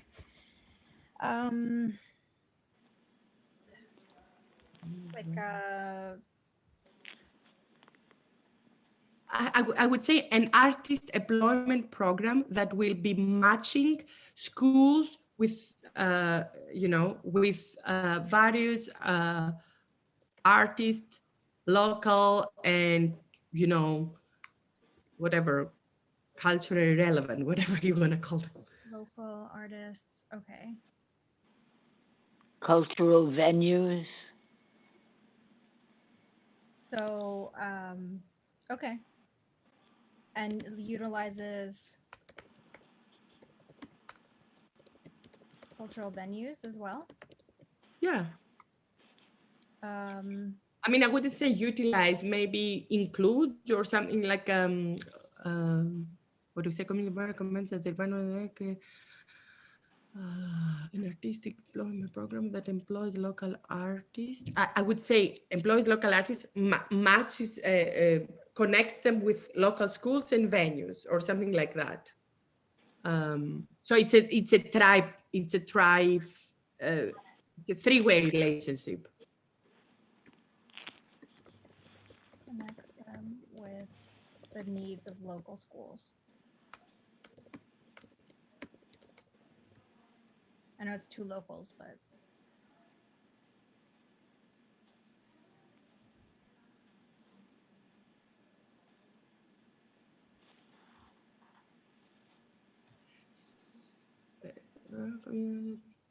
Creates an arts employment program that local includes culture and connects them with the needs of schools. Could we just with our district schools, you can say also, or that employs local artists, and then just say and connects them with the needs of local schools and cultural venues. But then the problem is not everybody understands it's a three-way, because then they connect the artist with the venue.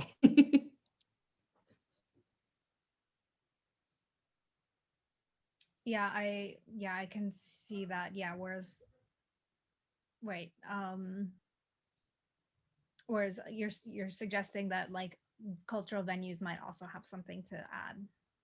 Yeah, because a lot of our schools are over capacity space-wise, especially with COVID restrictions for distancing, social distancing. Right. Yeah, I mean, especially in CB3, there's many cultural venues and stuff. Right, okay. And the only problem you have there is you have twice local, and I said we could say our district schools. This way you don't say twice the local. And so one thing that I see here, I think if we write it like that, if you have NYSCA, but you don't have DCLA, the commissioner, and also, so the question is, since NYSCA didn't present, and this mainly speaking for DOE, I think I would not send it to the state people, I would send it to the city people. So the chancellor, the commissioner of DCLA, and then more like Carlina and Margaret. Okay. And we could add Mark Traeger, who is the DOE chair, the education chair, and he also is a cheerleader of Universal After School.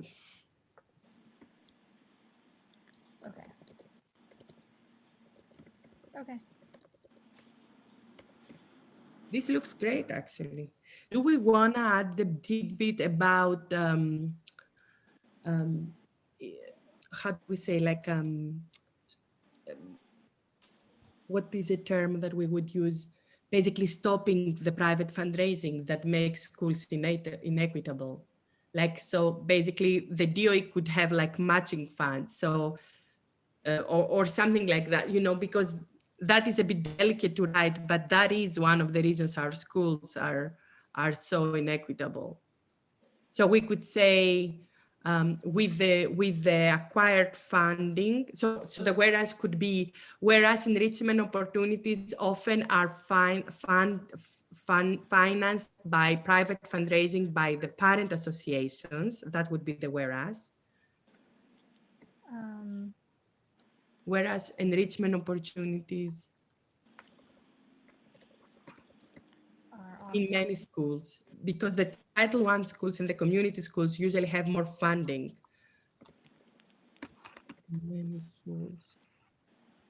Often funded through private means. Not private means, because that would be a foundation grant, and that's different. I would say by fundraising from the Parents Association. This was really painful during the pandemic. Like a stronger PA within the same school building would give in their classes ventilation, and the kids with the poorer school wouldn't have ventilation. It was horrible. I mean, we guys have a lot of trauma, students, teachers, and parents alike. Got it. Okay. Any other? And so we could say, if the whereas is this, the therefore could be, therefore, CB3 recommends that DOE prioritizes the use of the additional funding that it will be infusing to the schools to address the inequities that are generated by the PA fundraising within the various schools, within different schools, or whatever we want to call them.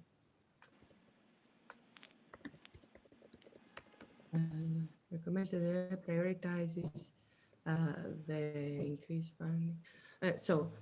Prioritizes the use of increased funding, the use of increased funding to address the inequities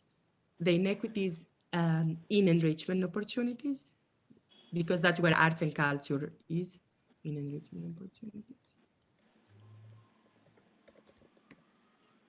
that are generated through parent association fundraising.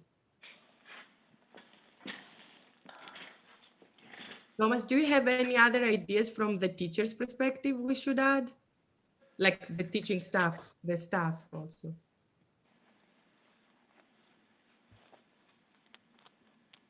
I mean, this is a huge issue. It's really hard to, I know that the only thing that came to my mind was in terms of if we're enhancing the after-school programming, oftentimes the District 75 students are not independently traveled. So sometimes they miss out on opportunities if the busing is not paid for. I mean, the funding could be used towards that, but that's just always a local issue that comes up as well. Yeah. In terms of the other thing, I think this is a very global resolution, you know, and I think it meets a lot of the points that we need, but I can't think of anything offhand. That's a good point, Thomas. I've heard that from many parents before. I wonder if there's a way we can sneak it in somewhere.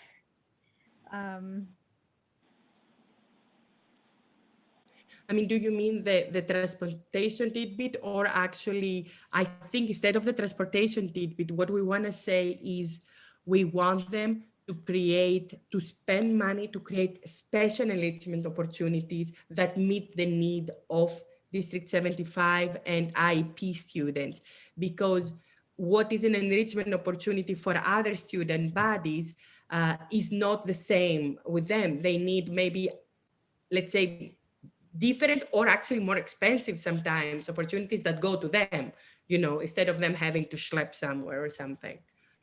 So we could basically, I think an easy way to include it would be to singling out as not only have it culturally responsive, but also have it responsive to the special needs of different student bodies.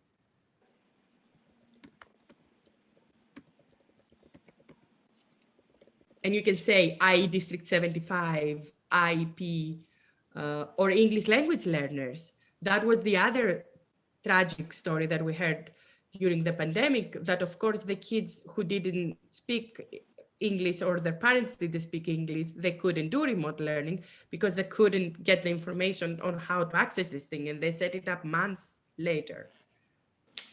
So ELA learners, IEP schools, and what was the other one? District 75 is the biggest, you know, they were hurt most.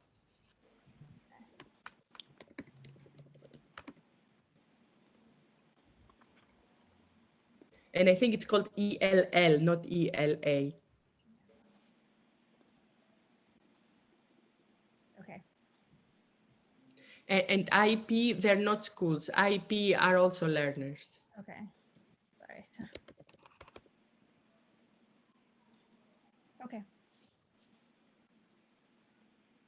Any other comments, questions? I can scroll back up.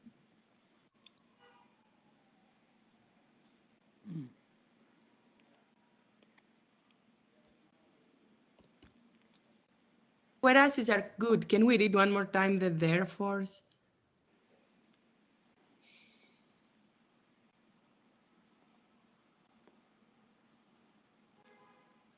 So it's not the expansion of universal after school. We don't have universal after school. So we need a universal after school.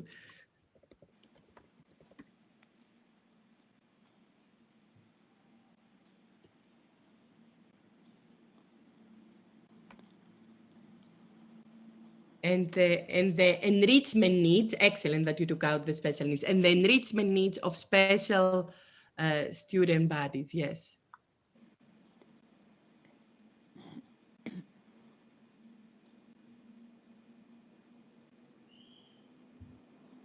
So maybe I should just delete this since we kind of already explained about more about the need, right? Yeah. I wanted to mention with the ELL learners, you know, we're chock full of acronyms in the DOE. So now it's multilingual learners. So you can put MLL instead of ELL. It's always changing. Yeah.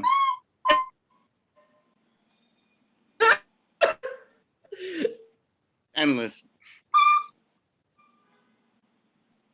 The alphabet soup is, and Thomas, is it, I think there is IP and there is ILP. Do you know what's the difference? Well, the IEP is my little guy's a little excited to see me. Is the IEP, that's the driving document for the District 75 kids. ILP, I don't know what that is. So ILP is the individual learning plan.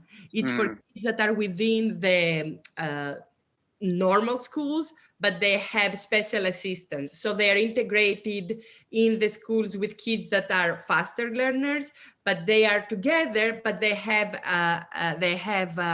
individual learning plan. So it's ILP, not IEP. IEP is covered under District 75. ILP? Mm-hmm. So it's a kid that may have like dyslexia or an extreme level of dyslexia or something like that, you know. They used to call them special ed. Yeah, this is District 75, I think. What used to be called special ed is now District 75. Yeah, but we do have students in the community schools that do have IEPs. It's so broad. Yeah. So I don't know if you just want to mention, because I know the IEP is the more general term, and that's where we get the federal funds from.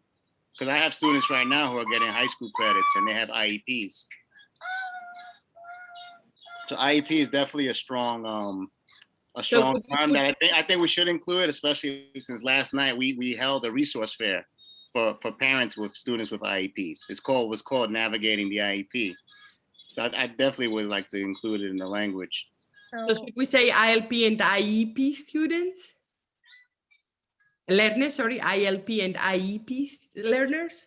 I mean, I've always heard IEP, but I mean, there is ILP as well. So yeah, let's just keep them all in there. But definitely include the IEP, because that's a very strong one for a lot of the parents. So here is another question. We didn't add anything about art therapy also because we mentioned trauma. And I don't know, Tariq, do you know if we have like, because I know in Europe, this is like a big deal, art therapy. Is this something that, I mean, in New York, we could ask for? We have enough community organizations or other organizations that would be able to partner with DOE and offer like art therapy, or? I'm not sure of many. A lot of institutions really use outside consultants. In the art therapy world, New York is not a leading city or state in that area. It's more international in some way, those conversations, but I personally think that what we have here is loaded, but good. And I would move. I think I would move to vote on this, on what we have here right now, because I do think that the cultural. I think we had the response, like culturally responsive arts education. That conversation includes art therapy, and being responsive in teaching to trauma in the arts, and also just in everyday teaching. I think that arts like therapies is also like a health modality as well, right? Yep. So it's also just almost a different I can see the value in the use of having it in schools, but I almost feel like it would need like another standalone discussion, maybe with health professionals, because Yeah. I personally have friends who are therapists and they have to go through clinical programs. Yeah. It's a specialized license that a lot of our resident artists may not have. So I think if we keep it like this, I think the wording is adequate. Yep. I move to approve. I second. All in favor to adopt this? Aye. Awesome. Okay, all right. So let me just record that down really quick. All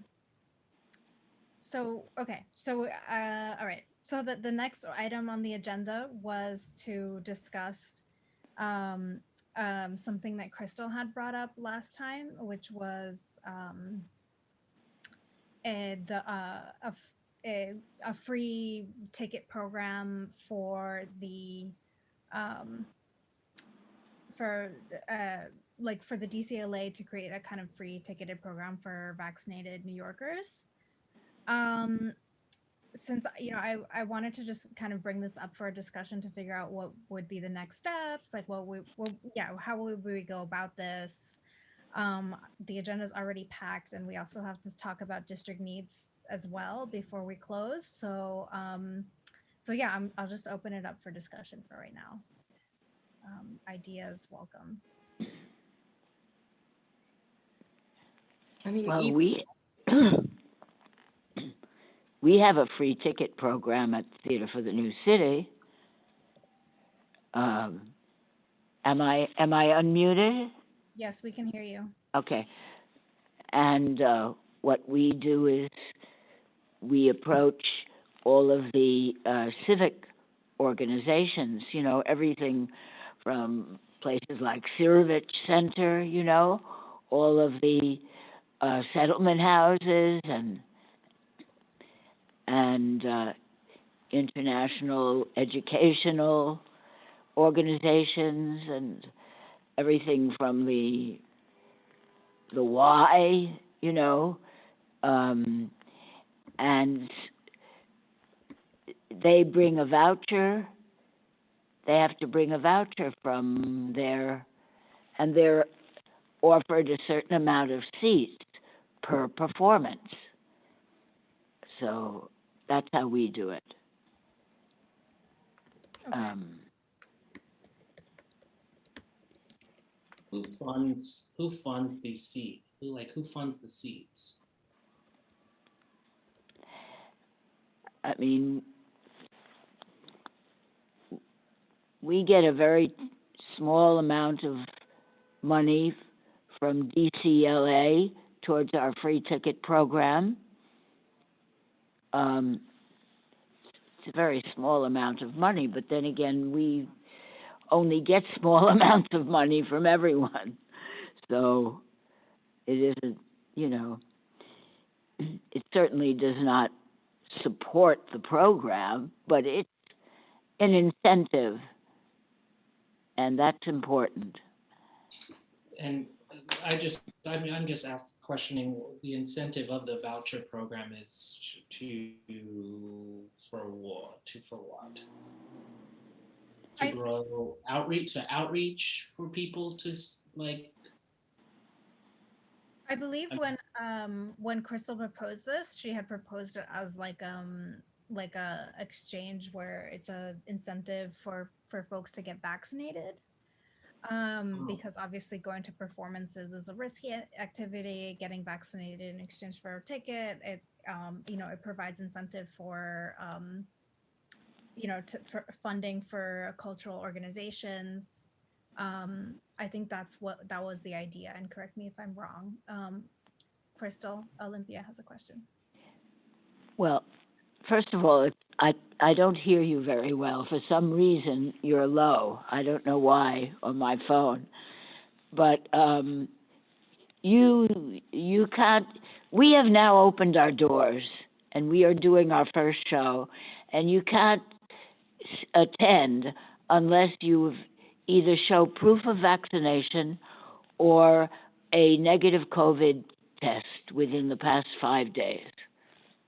So, and the audience is very, very happy with that because they feel, and they get their temperature taken at the door. And they don't consider it a restriction. They feel safe, and we have also gotten all the filters that are needed. And our staff are all fully vaccinated. I mean, it's an incentive, definitely, for people to get vaccinated. Right. Because it's one way of getting in here. Yes. Yeah, thank you, Crystal. I'll try and project a little bit more. But yeah, you had basically kind of repeated a little bit of what I was suggesting. No, it's just something in the machine because it suddenly did that. Okay. Yeah, it happened actually to me too, that I wasn't able to hear you as much before. So it may be your mic a little. Okay. So my question is, I think we can move it as a resolution at the next meeting if we decide today that it makes sense. And what I would recommend is, I just shared this GoFamist article that says that in fact, New York is under vaccinated. So as an incentive, it would work both ways. On one hand, a lot of the venues are opening, but they don't have enough people buying tickets. So the way it would work, it would be like matchmaking. So let's say DCLA gives each organization that participates at the voucher program an X amount of money, and in exchange, they make available X amount of free tickets. That's the way in which New York Public Library actually makes the cultural initiative, in which you get cultural passport through New York Public Library, you get free tickets to all the museums, theaters, etc. And I'm assuming somebody's paying them for that. So I think for this, we could design a resolution that brings all these things together. So both helps artists and arts organization by giving them, funding, and then they make available these vouchers. And as you get vaccine, you can apply for one of them or whatever. I don't know how they're gonna do it, but it could be something good, because this is gonna be, from now on, the issue is all of us who want it, we got vaccine, but there are a lot of people that are resistant, and that is going to be a challenge. And this voucher, the program in itself, is it going to be like what shows, like what showings where? Like, so I think in the past, how it worked is DCLA says that this is available, and then the organizations can apply. And I don't know if it would need, if DCLA would set certain parameters, that would may be the case. It really depends how much money they have, you know what I mean? And right now, I don't think they have any money. Yeah. We have not received our DCLA amount yet. And we get it in January, and it's May, and we have not received a penny. But I think that I was in a presentation where Jimmy Van Bramer, the chair of the committee, said that the draft budget has all the funding and has some increased funding. But the question is, we want to make sure that nothing is taken out and actually something could be added in. So our resolution would be pushing toward and adding money for vouchers, you know, or something like that. And it could be a resolution that we send in combination, not just to the Department of Cultural Affairs, but it could be that we get money from Trace, what is it called, New York Hospitals and Trace and something. And they, as part, because they have a budget for outreach. And that budget could be used to go to arts organizations, you know, for vouchers. And the other thing is that the people that come free send the word out, and it actually is one form of additionally getting audience, because they come free, but they tell their friends and their families, and it brings paid customers. So that's a point that maybe government would be interested in, you know, that it's economically of value too. A couple things also come to mind. One is the Exciseler passport. I don't know if anyone's heard of this. I just heard about this recently, but it's like kind of like, I don't want to call it a vaccine passport, but that's sort of what it is. In order for people to get into, like, you know, get into things that are now reopening and crowds and that sort of thing. So perhaps an expert could talk about that at our next meeting. And then also, you know, I think it would be good if someone from DCLA could possibly speak to us about the specificities of this. I think these are all great ideas. But yeah, it would be good from them to hear, you know, from CB3 organizations as well. Yeah. I mean, usually what ends up happening, because it's an issue of scale, it's going to be like first come, first serve. You can't have everything, everybody, you know what I mean? And so I think the Culture Pass is a model, definitely a model to look up from New York Public Library. This Excelsior Pass, I'm not sure, is it already available? Because I had heard about it, but I had heard some controversial things about it. So I don't know if it is, something that is being enacted and it has been okayed or not. Are you familiar? I'm not familiar. I just brought it up because I know that it's been talked about, and I don't know enough about it, but I just know that, you know, yeah, maybe there would be like some kind of connection there or something. Yeah, we can ask. It's a state initiative, so again, it may be NYSCA. Yeah. Yep. Okay. All right. Any other questions? I'll put this on the agenda again for next month. But any other questions or concerns we should bring up? Jim, hi Jim. Thank you for coming. Hey, Can I announce? Oh, sorry. Can I make a short announcement? We're going to have an in-house, in-person live LES, Lower East Side Festival of the Arts, May 28th, 29th, and 30th. And it's free free to the public. It's our annual. Last year we had it online, but this year it's going to be in person. And so I just wanted to tell everyone that it's going to happen. Thank you, Crystal, and congratulations. I'm looking forward. Jim wanted to say something. Yeah, just to help a little bit with housekeeping for this.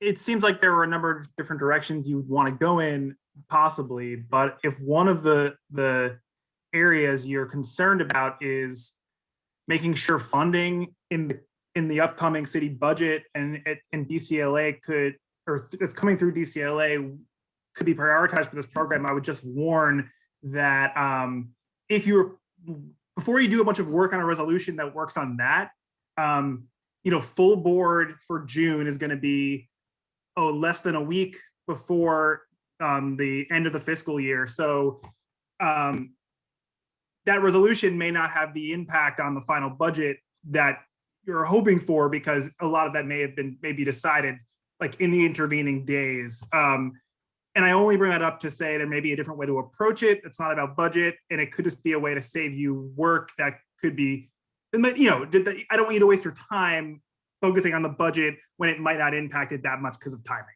That's just what I wanted to mention.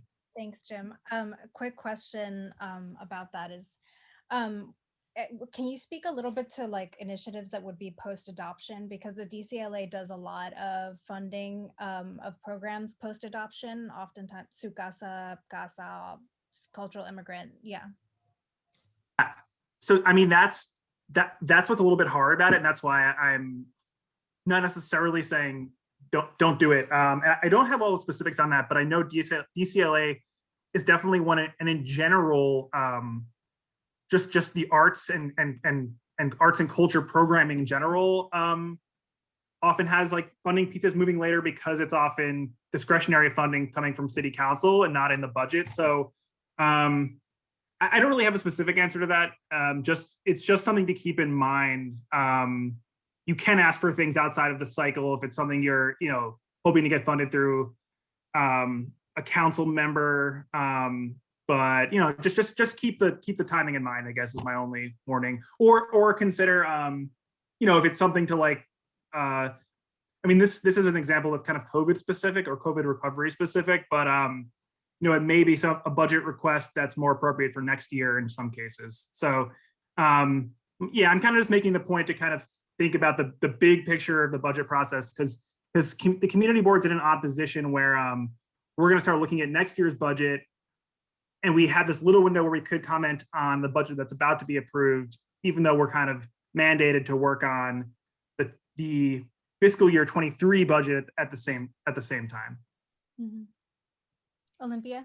Yeah, and what is unique about this year, of course, Jim, is also that the money we discovered just 2 months ago that it's going to be much more. The original projection, he thought they were not going to get, but then we got Biden, and then we got the supermajority at the state. So there is an incredible amount. I mean, thank God there is some money, even though, to be honest, today was a court decision that people can be evicted, apparently. They made illegal the eviction moratorium. So there's going to be tragedy all around again. But what I wanted to bring up is, even though we have the deadline for the budget, and thank you, Jim, for pointing that out, the way I think that our resolution can still be funded is because, as I mentioned before, and now I found it online, New York City Health and Hospitals that runs the Test and Trace Corps and New York and Company, they both have budget for promotional budget and outreach budget, both to get more people vaccinated, but also get the city back into tourism modus of MO. And I think what we can say is we can send our resolution as arts organizations to those agencies and saying, hey, in your outreach, have you considered doing something like that? Because that hits a lot of points at the same time. You do outreach for vaccination, and you support the arts, and you restart the tourism opportunity. So I think if we frame next month the resolution toward this kind of agencies that they already have basically marketing budget, that we give them an idea of how to use it, because there is funding there. Okay. Jim, do you have any comments on that, or? Okay. No, I think that's right. You just want to be flexible with how you approach it because of the budget deadline. That's be thinking about those things. That's all. Okay. I'm going to move us to the next agenda item because it's almost 9 o'clock and we still have to talk about district needs. And so, so I invited Jim to come and just refresh us for the newer people here. Some of us might remember the district needs process from last year. I am happy to open up the one from last year so we can sort of review it. It's gonna be a radical change, but because so much has changed since last year. But yeah, take it away, Jim. Yeah, so I think let me give you and I will try to do it faster than usual because it's late. Let me give you the high level kind of process overview to orient us. So most community boards, and Community Board 3 starts the budget process in May, and we'll work on the district needs statement first, and we'll work on that in May, June, and we'll finalize it in July, and then after that we'll work on budget priorities. But first we have to tackle the district needs statement. This is charter mandated. The way we do it is all the committees kind of work on them individually. We bring it all together and aggregate it and vote on it at full board in July. And your committee meets alternating months, although you're going to meet again next month. So these will be the 2 months to really work on it. The really important thing to know is you kind of have to mentally get in the space of thinking of this is fiscal year 23. So we're thinking about July 2022.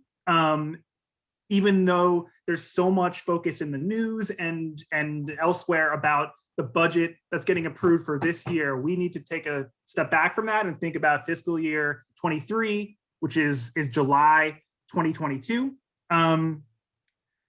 So in terms of what you're working on with district needs statement, I think the key thing is to think about it as kind of, the board actually voted on some guidelines to kind of have it be succinct, to do bullet points as much as possible, and really to make it be a statement of unmet needs or problems identified. You don't necessarily need to come up with the funding avenue to fix that problem at this point in the process. You don't want to make it into a policy paper. You kind of just want to state the problems. You can think about those problems and kind of table them for resolutions throughout the year if you want to make policy recommendations. That's always a good strategy. But for now, we're kind of working on just identifying the problems and assessing the needs of the district. A lot of not-for-profits will ultimately, DCP aggregates this and it's available online, but a lot of our not-for-profits and community organizations will also look at our district needs statement to kind of assess like the way different committees are thinking about things and the way different community leaders who are on the community board are kind of thinking about needs in the community. So it has this value outside of the formal city process. It's kind of a reference for the whole community. And I'm not going to get too much into it now beyond that, just to know that we'll do budget priorities after this. We'll vote on budget priorities in October. But for these next 3 months, we just want to think of the needs for the district. It's on the community board website. You can look at the last year's copy, and I think you have a copy of it to share as well. And the big thing I think that's going to be a challenge this year is that we really made such a departure last year to address all these kind of emergency conditions that were unfolding at the time that involved, like the closing of all these cultural institutions, the closing of theaters, the inability for arts and cultural workers to even, get a paycheck and have a place to perform or show art.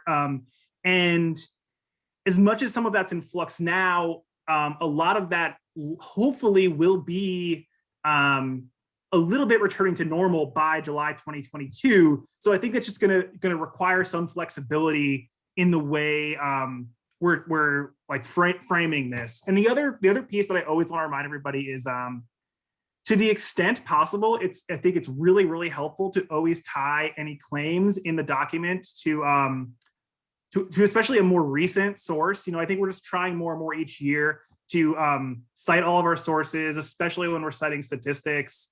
We've done it in kind of an ad hoc way before, but to the extent that we can have it be really formal and have good sources and facts and numbers to back up the claims we're making is a goal that I'm hoping we can get every committee to do. And I can assist with that. The district office can provide research assistance if we identify areas where we kind of have a claim to make, but need to do a little digging to find some data or something to back it up. So that's kind of my spiel, and I can answer any specific questions as we move along. Cool. Thank you, Jim. Olympia, you have a question? Yeah, so I shared, Jim, it will be great if you can find ways to get us recent data, because I shared the link of what City Council had put out last year. And so the question would be if we could find it for our district. So to understand like how many people are still applying for unemployment in the district. And also, I don't know if you could find that data about how many people have gone out of business, like how many of the arts organizations, nonprofits or for-profits, have gone out of business. Because, I mean, the problem is the relief came too late. And even to this point, the relief hasn't yet come. As Crystal was saying, and as I hear from many others, like the budget passed, but the money has not been yet dispersed for a lot of like rent relief and other stuff. So,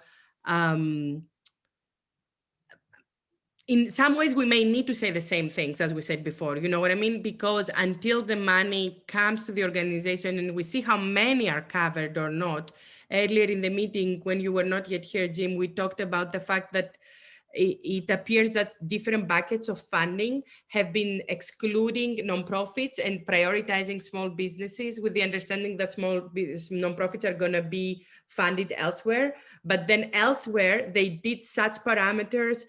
For instance, at the Sutter venue grants, the parameters are such that a lot of the local venues are below them. So they don't meet the parameters to get that funding. So they're excluded from the generic state funding. They don't meet the parameters to do the federal funding, and they are left out to dry.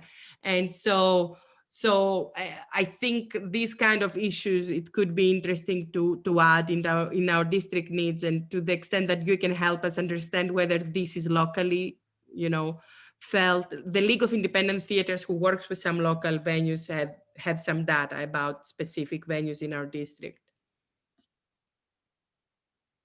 Yeah, I think we can work on getting that. And I think another thing, we can lean on partners in government to help with that, but I also think we should,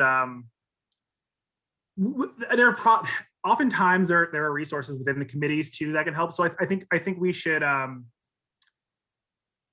we'll see what we can pull from City Council and other sources, but also I'm wondering, if there's some even more local data from like Ryan and Fab, just I think we want to use both our kind of internal insider sources as well as the stuff that I'll get from City Council. So as long as we're clear that that there may be some, we may have to pull things in from a few different places, I guess is what I'm getting at, but I don't see why we can't do it. Absolutely. Okay. But at this stage, is it helpful to like look at the old one? I mean, yeah, it might not be, because it's just so like it was written in a time where the need was just so different. Yeah. So it's up to you how you want to do it. I think your committee's in a tough situation because you're not going to get 3 full meetings for this. You're going to get 2. I went through it, and I have some notes about some areas that I would probably recommend, like thinking about rephrasing or finding a source for. But I think it's probably best to just go through it first as a committee, see if there were specific areas, like as you walk through it, that you feel are no longer appropriate or need to be updated.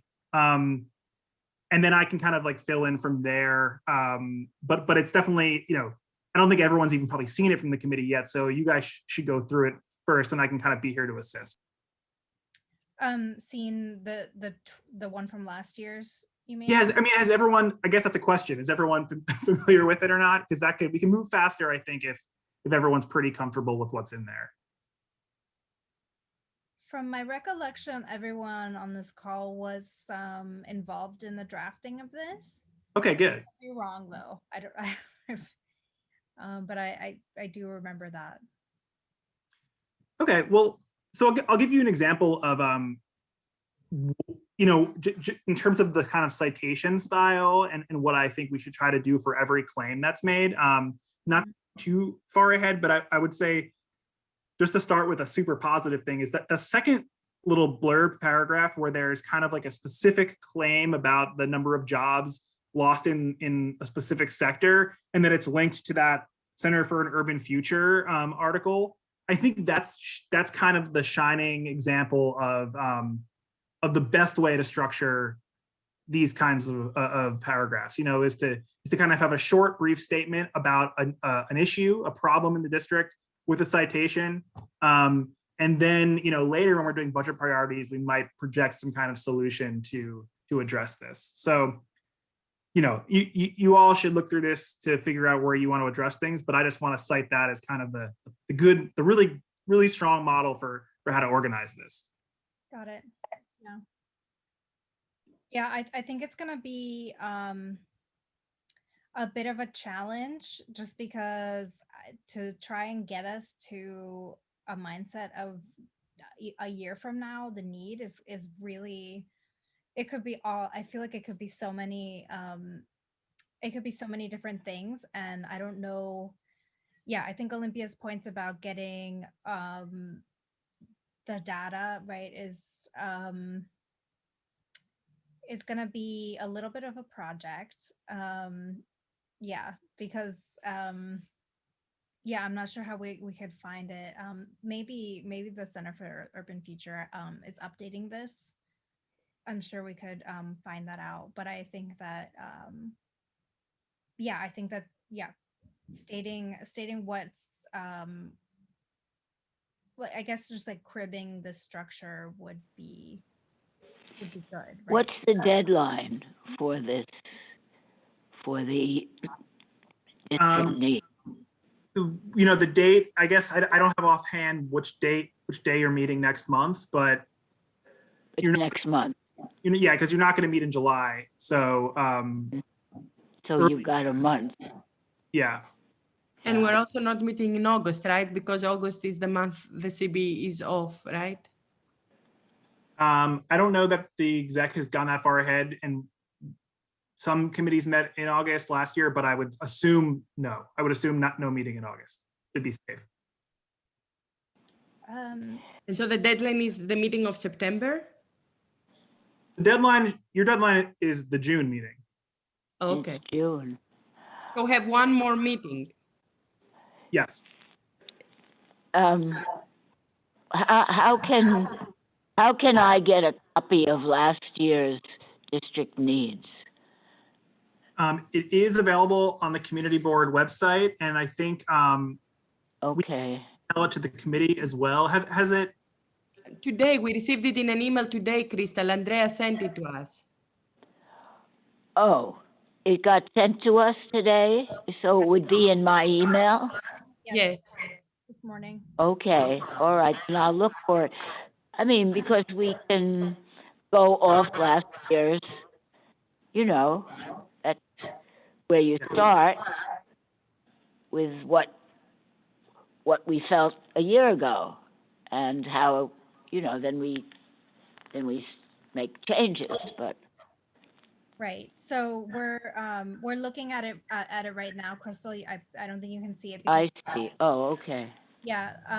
So yeah, Olympia wants to say something, but I you know, for the sake of expediency, I would suggest that we kind of like maybe popcorn some of ideas. I can write down what we already discussed, and then maybe some more specific ones. But go ahead, Olympia.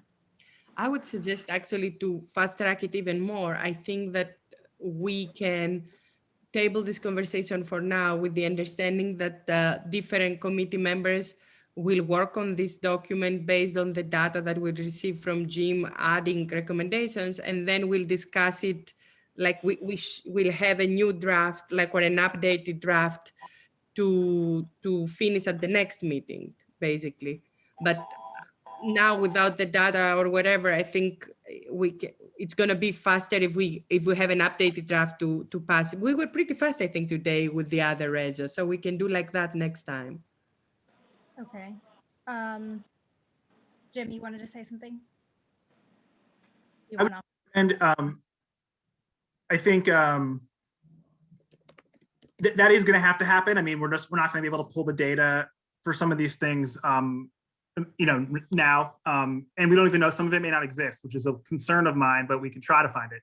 I think what you might want to walk away from this meeting with, ideally, is to at least kind of mark down, mark up the document you have by kind of like highlighting areas where you know that this is either this line is out of date, needs a source, needs to. You know what I'm saying? Like, you don't have to edit it all now, but I think you want to walk away with kind of like assignments for what needs to be researched and what needs to be changed. So that, the best way to do that might just be to even just walk through it and just highlight things and say, somebody will look at this, somebody will look at this, and even if it's stuff that I have to look up, I can do that. But what I'm worried about is walking away where we had this big discussion, but we're not sure do what. So if I can recommend one, I mean, in this first paragraph, I think it's a good intro statement, right? In CD3, arts and cultural activities are an important means of preserving and exploring diverse community culture. There is one claim here, arts and cultural activities are an important economic engine for our district. I think, and there's a large concentration of artists and arts and cultural organizations. I think we kind of intuitively know this to be true, but this strikes me immediately as an area where we can tag on a source here and just say something like, how many arts and cultural jobs are here or organizations are here? Like I think we have this data. So, I mean, I would flag that as something that I could research, just try to find a source for that in that first paragraph, like similar to what was done in the next paragraph with that Center for the Urban Future. So if you want to put my initials there, something, I will try to find that information for next month. Okay, awesome. Okay, so again, the following paragraph is about the unemployment figures, which would need to be updated. Yeah. Yeah. And I just want to even mark, I'm sorry to keep interrupting. No worries. I think some of this, I wouldn't necessarily say you want to necessarily, strike it wholesale, but keep in mind that by the time since we're talking about July 2022, some of these jobs it's hard to talk about, but some of these jobs may have been maybe back for 10 months at that point, so, or not. So I think you just want to make sure you're not making any claims that we can't back up. And so yeah, I would just recommend saying, like, we know that there's going to be reopening of a number of these institutions, and the job market may look very different. And even like the sentence that says the negative economic impact on the arts and cultural sector is anticipated to last 3 to 5 years, and there's no source there. Those are things that I think you could just say, if we don't know where that came from, just this we can actually, it was in a report by the New York City and Co.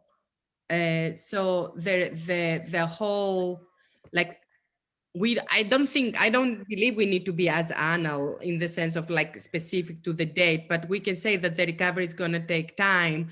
And I think in the third paragraph, what has changed is two very important issues. One is the enhanced unemployment benefits have been diminished since July.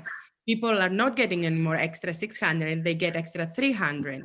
And now that the eviction moratorium has been suspended, the financial stress of a lot of artists who have been out of work is such that even if the economy comes back, they have accrued debt. And also the artists are well known to be underpaid and underemployed. So even if we got back to 100% the industry, Jim, artists would still struggle. So the idea of having an art jobs program, as we keep saying, like a CETA, like or WPA, I think will be relevant for the next few years, because the stories we hear from, artists, but also arts organizations is the huge debt that they accrued. So maybe we can use this as an example, because I think this is a good distinction between a need and a policy, right? A WPA style program for the arts is a policy proposal. What we want to do at this point, and we've had a resolution on that, I think. What you want to identify here is the need, which seems to be the first part of what you said, right? The diminishing unemployment insurance, the risk of eviction, and the general precarity of the arts and cultural workers in the district, right? I mean, that's the need. You don't need to have the policy prescription in this document. I think we just want to say this is the problem in CD3, and as you're saying, it will be a problem in July 2022. So you don't have to edit that right now, but I'm encouraging you to think of it, framing it in that mindset.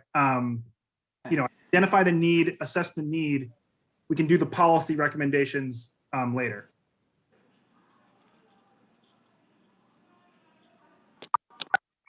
The next one, I think we can almost all chunk, because it had to do with the lack of funding last year as opposed to this year.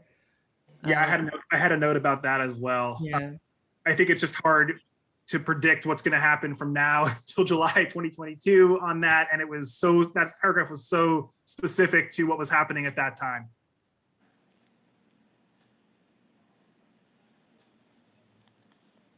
The paragraph, so I mean, this is where you're starting to list the needs. And I do think there's some pieces in here about, in this paragraph about the DCLA funding, which I think you probably want to highlight still, because it seems like it's an evergreen concern that the smaller arts organizations are not prioritized necessarily with this DCLA funding. And this could be a bullet point, right? We have a long story and narrative in here, but I think the style guide that the exec came up with is to try to distill it to bullet points. And it strikes me that the bullet point is something as simple as just smaller arts nonprofits, like the ones located in CD3, often get less funding than larger organizations. And there's a need for more equitable funding and support from DCLA. You know what I'm saying? I'm trying to get everyone in the mindset of we know this big narrative, but we want to focus in on those narrow, bullet needs. And that would be how I would distill that one. It's some kind of equity in funding between the different sized organizations. And that's something that I think we've had in here for a few years, and it seems to keep coming up. Yeah, but one thing is we have shifted a little bit the narrative, because we do not want to pitch the smaller organizations against the big organizations, because we also love the bigger organizations very often. And so I think the whole idea is increase funding overall, so that you equitably fund also the small guys. So yeah, I would say phrase that however you want to make sure it's accurate, for the frame you want. But just my recommendation is to just make sure that the need is clear. That we like all these orgs, but some orgs get kind of left behind. And equity is the goal. Right. Yeah.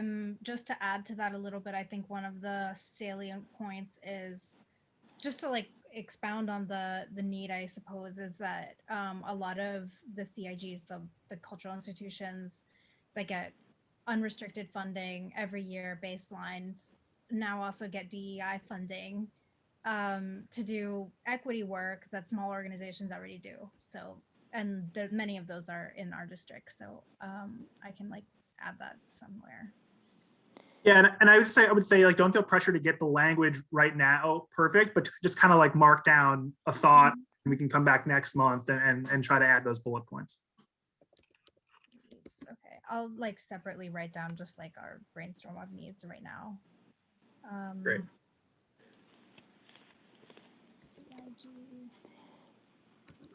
It is true that these small organizations do not get equity funding at all. I mean, the difference is incredible. Yeah. So, okay. Okay, so I guess we can go through the 3 bullet points that we had last year. Yeah, and like knowing that there'll now be this other one that we're kind of moving from that body like into a new bullet point here as we just discussed. But we can kind of deal with that next month too. That's more organizational. Okay.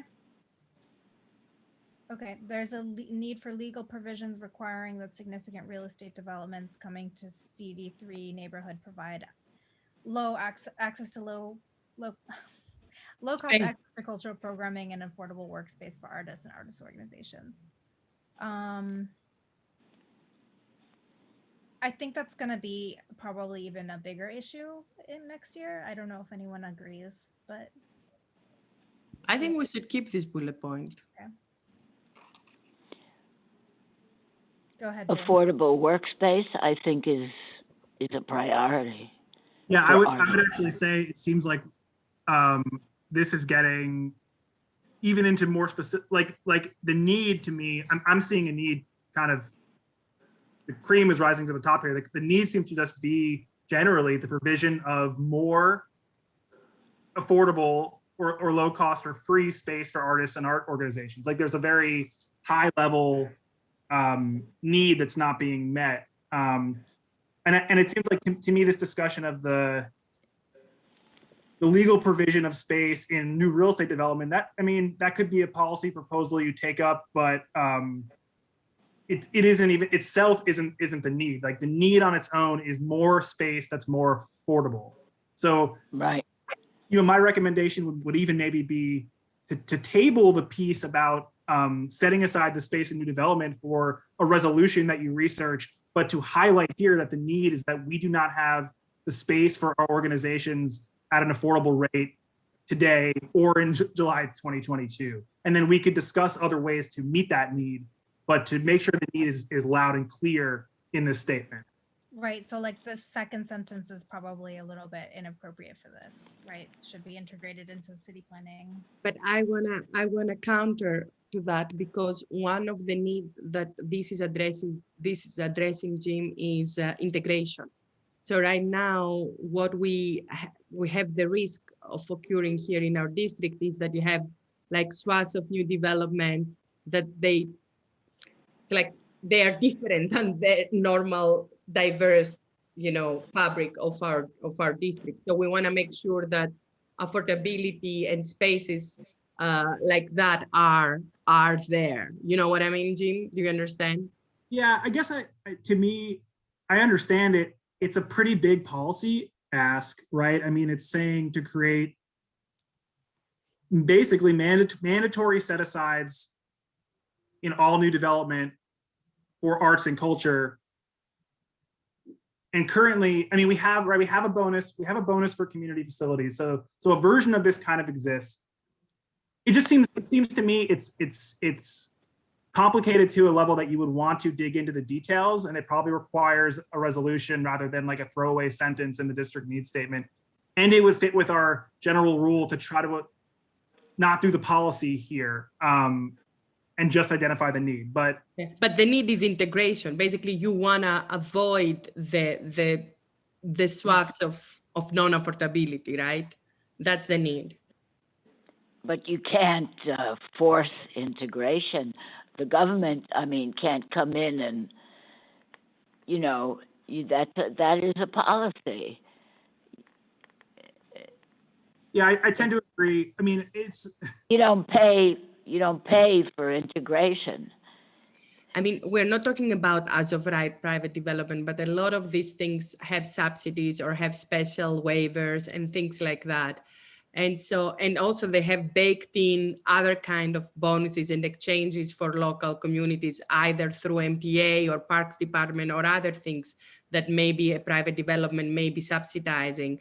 So what we had discussed in the past, it was about making sure that, you know, arts and culture are in some way, you know, always brought into the conversation, because very often it's an afterthought and then it's not really genuine.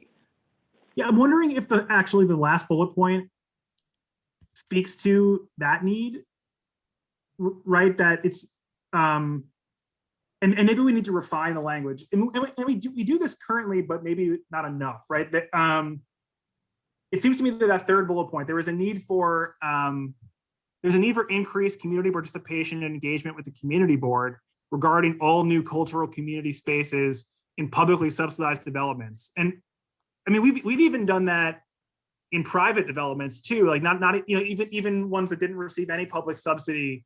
You know, sometimes these developers come to us as a attempt at good faith, you know, community work, and they say we're starting a new building and we have a little plaza and we want to find a local arts organization that can program that space.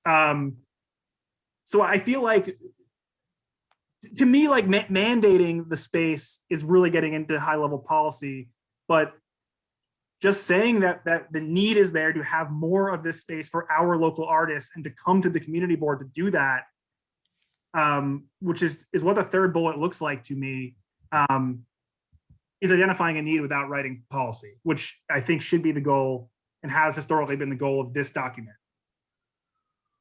So the third need, Jim, it had to do with, there was a problem that we have at CB3 where very often there would be an arts initiative and it would be heard at SLA, or as we saw today at the Parks Committee.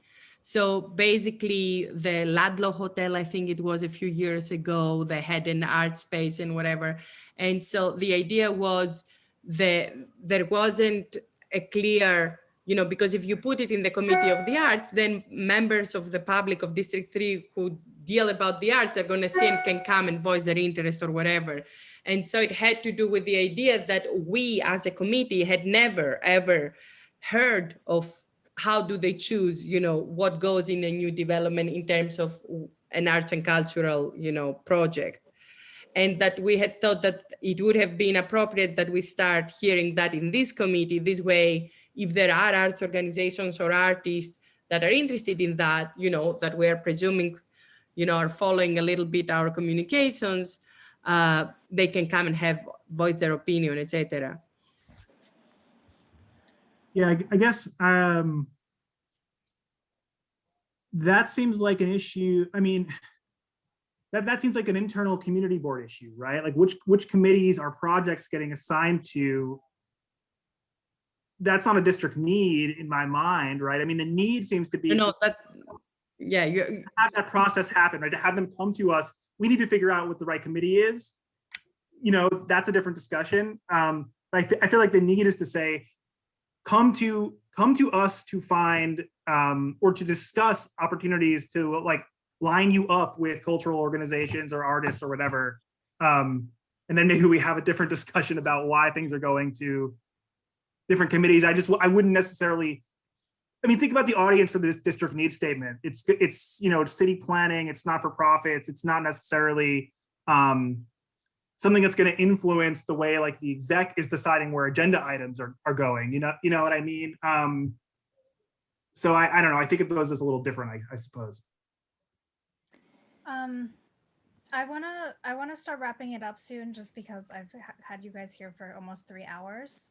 I'd like to suggest that, and I defer to you, Jim, if this is appropriate, but just for the committee members to send me like their top 3 needs, and then I can collate them sort of, and then at their next meeting we can discuss them and figure out. You're saying we should send you what we think are the top 3 needs of the CB3.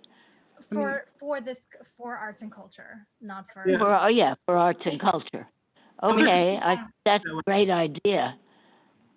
you know, everyone kind of chooses to do it differently. Other committees do it that way very successfully. It's been done really well before. You just make sure if you're going to do that to keep people on BCC and not accidentally have a private meeting where everyone's going back and forth about, you know, with a quorum about the rankings. You know, just send them in. You collate them or whoever you want to, and then we'll have the discussion here at the public meeting. That's just a very important piece, which I know you've all heard, you know, said over and over again, but I always feel like I have to emphasize it just so we're all safe.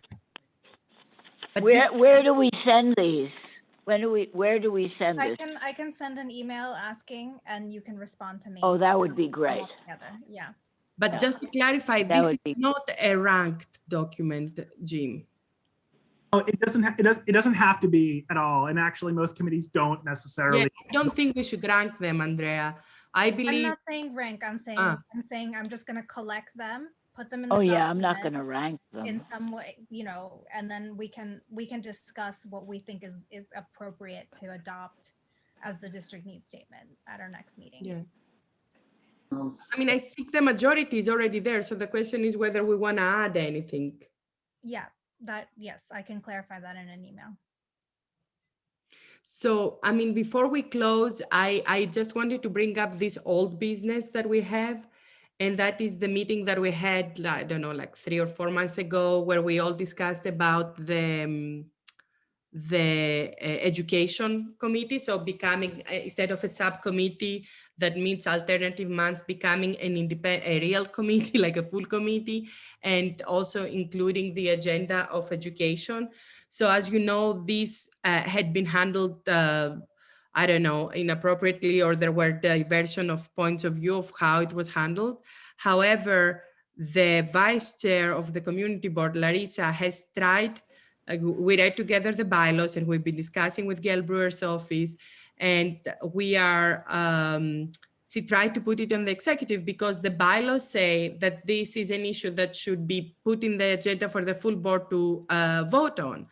And so, I mean, normally community boards can decide to establish a committee, you know, from 1 month to the other. So even the whole idea of, oh, we're not meeting this month, this is not like, there is no, you know, dictatorship or whatever. If the community board votes that this needs to be a full committee and needs to be meeting monthly and can have other items, like including the education, it is something that there is a democratic process that should be respected, and we can, you know, all work with that.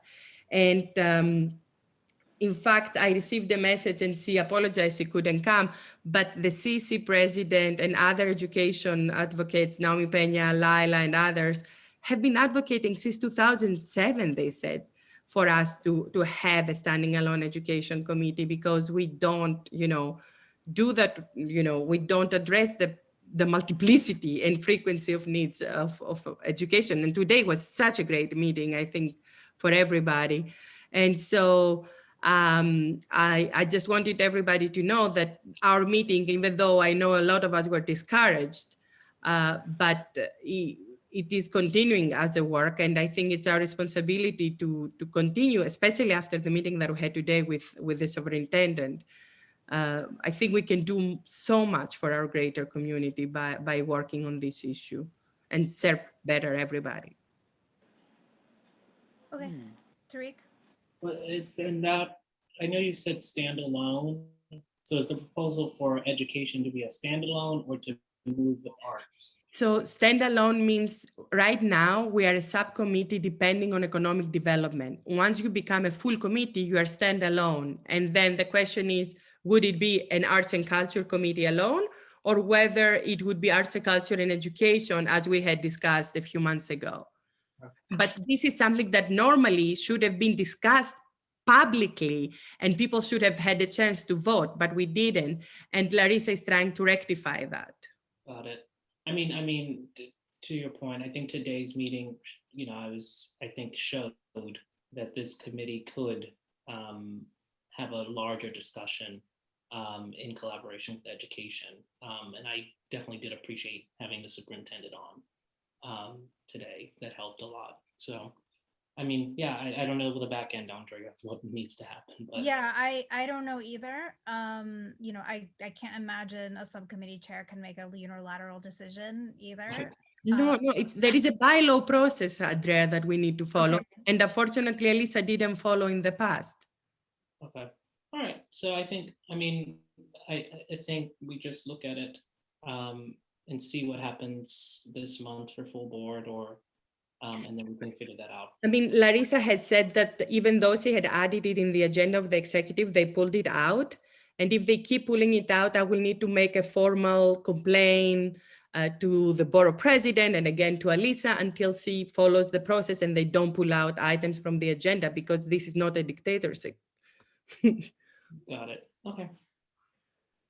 I mean, I don't know, Jim, if you can help us at the staffing level, but we should be in a democratic process able to add, like, that's what the bylaws say. If we want to be an independent committee, there is a process, and Elisa has been trying to put it on the executive and they pull it out. You know, I don't know what I've looked at the bylaws a number of times, but off the top of my head, I don't have the details about how a subcommittee can move to be a full committee. But, you know, I will qualify that there's quite a bit of discretion that committee and subcommittee leadership and elected officers have in terms of what can and cannot be put on the agendas. I mean, it's not out of the realm of possibility that the elected board chair can decide what's on the exec agenda. That seems reasonable. And I think that the bylaws affirm that, but I don't want to say definitively without having them in front of me. But do you mean eliminate a proposal that a committee is making and say we're not going to hear that? Just that's not a democratic due process. Nor I haven't seen a formal, you know, motion from the subcommittee about this. I mean, that's different. We can do a formal motion, guys, because we had the whole meeting, and then I guess because we didn't have a formal resolution, I think Anissa had only written it as a memo. Maybe that's what is allowing, I mean, it's because Larissa is working really hard on trying to do that. And I think it's only fair that we get a vote. We do not want something else. We want to serve. So it's unclear to me what the next steps are. I don't know if maybe if you can come back next month with more information. You mean Jim? Anyone, I don't know. I mean, normally Jim said we need to have a motion, so I think we should add it in the agenda for next month. If having also a resolution on our committee level, subcommittee level can help it. But I don't have specific guidance on this issue without the background details, but in general, you know, the guiding principle to everything is that you should put everything on the agenda, you know, and have it very clear at least a month ahead of time, and everything should be voted on. And I think, you know, without, I don't know the specifics about this to comment on it, but that is always kind of like the general guiding principle, right? It must be on the agenda, because the agenda has to get published, and things that are being voted on has to be published to comply with open meeting laws. And then you must have a vote. And I don't know specifically if, you know, proposing a committee to change to or subcommittee to change to a committee, you know, is subject to that. But generally, that is the guiding parliamentary rule for all the decision making at the board, unless specified differently in the bylaws. So, you know, I just can't comment beyond that without looking at the bylaws or knowing the specifics. But that's kind of the big picture guidance. Yeah. So I think we should just add it in the agenda. It was in the agenda published before, but I think we should add it again for next month and vote on it, so that there is also a formal vote that we all agree in what we agree.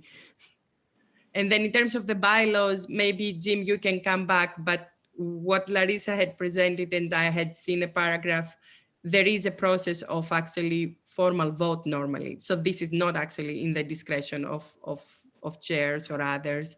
In the bylaws, it says that to create a new committee, and I was actually impressed that this was the case because we never voted in other instances, but that's what our bylaws currently say, according to Larissa, and maybe you can read it and come back next month.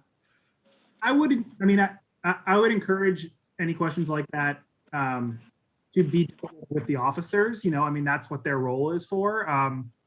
You know, I interpret the bylaws, but we have a bylaws committee that creates the bylaws, right? And we have elected officers that I, serve that deal with that stuff. So I would keep those discussions internal. I'm not going to have any information that's different from what you voted on in the bylaws, but specific questions, that aren't clear, they can be sent to us. But I would encourage you to discuss it with the board members that are creating the rules. I mean, we didn't come up with the bylaws in the district office. They're voted on and proposed by the bylaws committee. And again, I just don't know the specifics of this beyond that because I wasn't involved. But that's the path. That definitely. So are you suggesting that we invite Dominic Berg, who is the chair of the Board Affairs Committee? No. The bylaws committee is different from the personnel and board affairs committee, right? I mean, But we have a board affairs issue here also. It seems like there's First of all, this item wasn't on the agenda and I don't have the preparation. Old business. That's why we are bringing it up. Old business wasn't recognized by the chair, right? And we're now talking about things that I don't have details on. I think the bylaws probably state a pretty clear process to discuss this. And without them in front of me, I don't even really feel comfortable getting into any more details about it. The chair, this is something, Andrea, as a chair, if you want to discuss it further, I would go to board leadership. I would discuss it exec. I don't have the answers of the bylaws in front of me right now. And I can't really give you guidance on that without referencing that. I mean, I don't want to lead you in the wrong direction. Yeah. So that's really the I appreciate it, Jim. Thank you for, like I said, I don't know these procedures. I have no precedent. The bylaws are very long. I haven't had the time to sit down and study them all myself. There seems to be a lot of fact finding we need to do. And so Olympia, it seems like you're very passionate about this. So if you could get me any kind of information as to what the next steps are, I'll look at putting it's very simple. We just need to add it in the agenda, and I think a formal. But I just don't know what we would do. I don't know what the motion purpose would be. Like, where would the motion go to? Is it does it go to full board? Like, does it go to exec? Like, I don't know. I mean, we already had the meeting. I think you were there a few months ago where we had made all these discussions about the future of the committee and what we wanted to focus. And we had a general agreement. And so I think that general agreement, the only thing we didn't do was to vote on it. So we need as a committee to vote on what we discussed in the past, and we can find them. I think the notes were kept by Anisha. The bylaws is not actually very long document. So I think you should just read it. It's on the website. I can find the link and email it to you. But I think the only important thing, because we obviously all care so much, and we are also excited about the meeting we had today with the superintendent, we should just add it in the agenda, vote on it. So whatever we discussed a few months ago, it's basically also formally voted. And then we'll take it from there. Okay. All right. I've really been trying to wrap up the meeting. So yes, I'm going to motion to adjourn. When is our next meeting? Do you know? It's going to be the first Wednesday of the month. Oh, the first Wednesday of June. Yes. And you cannot, I think, motion to adjourn yet. You need to do the roll call. Oh, I'm sorry. I'm very exhausted. Very exhausted. Okay, give me 1 second. Let me pull that up. Okay. So the motion to adjourn. Okay, I'll just take the roll call myself.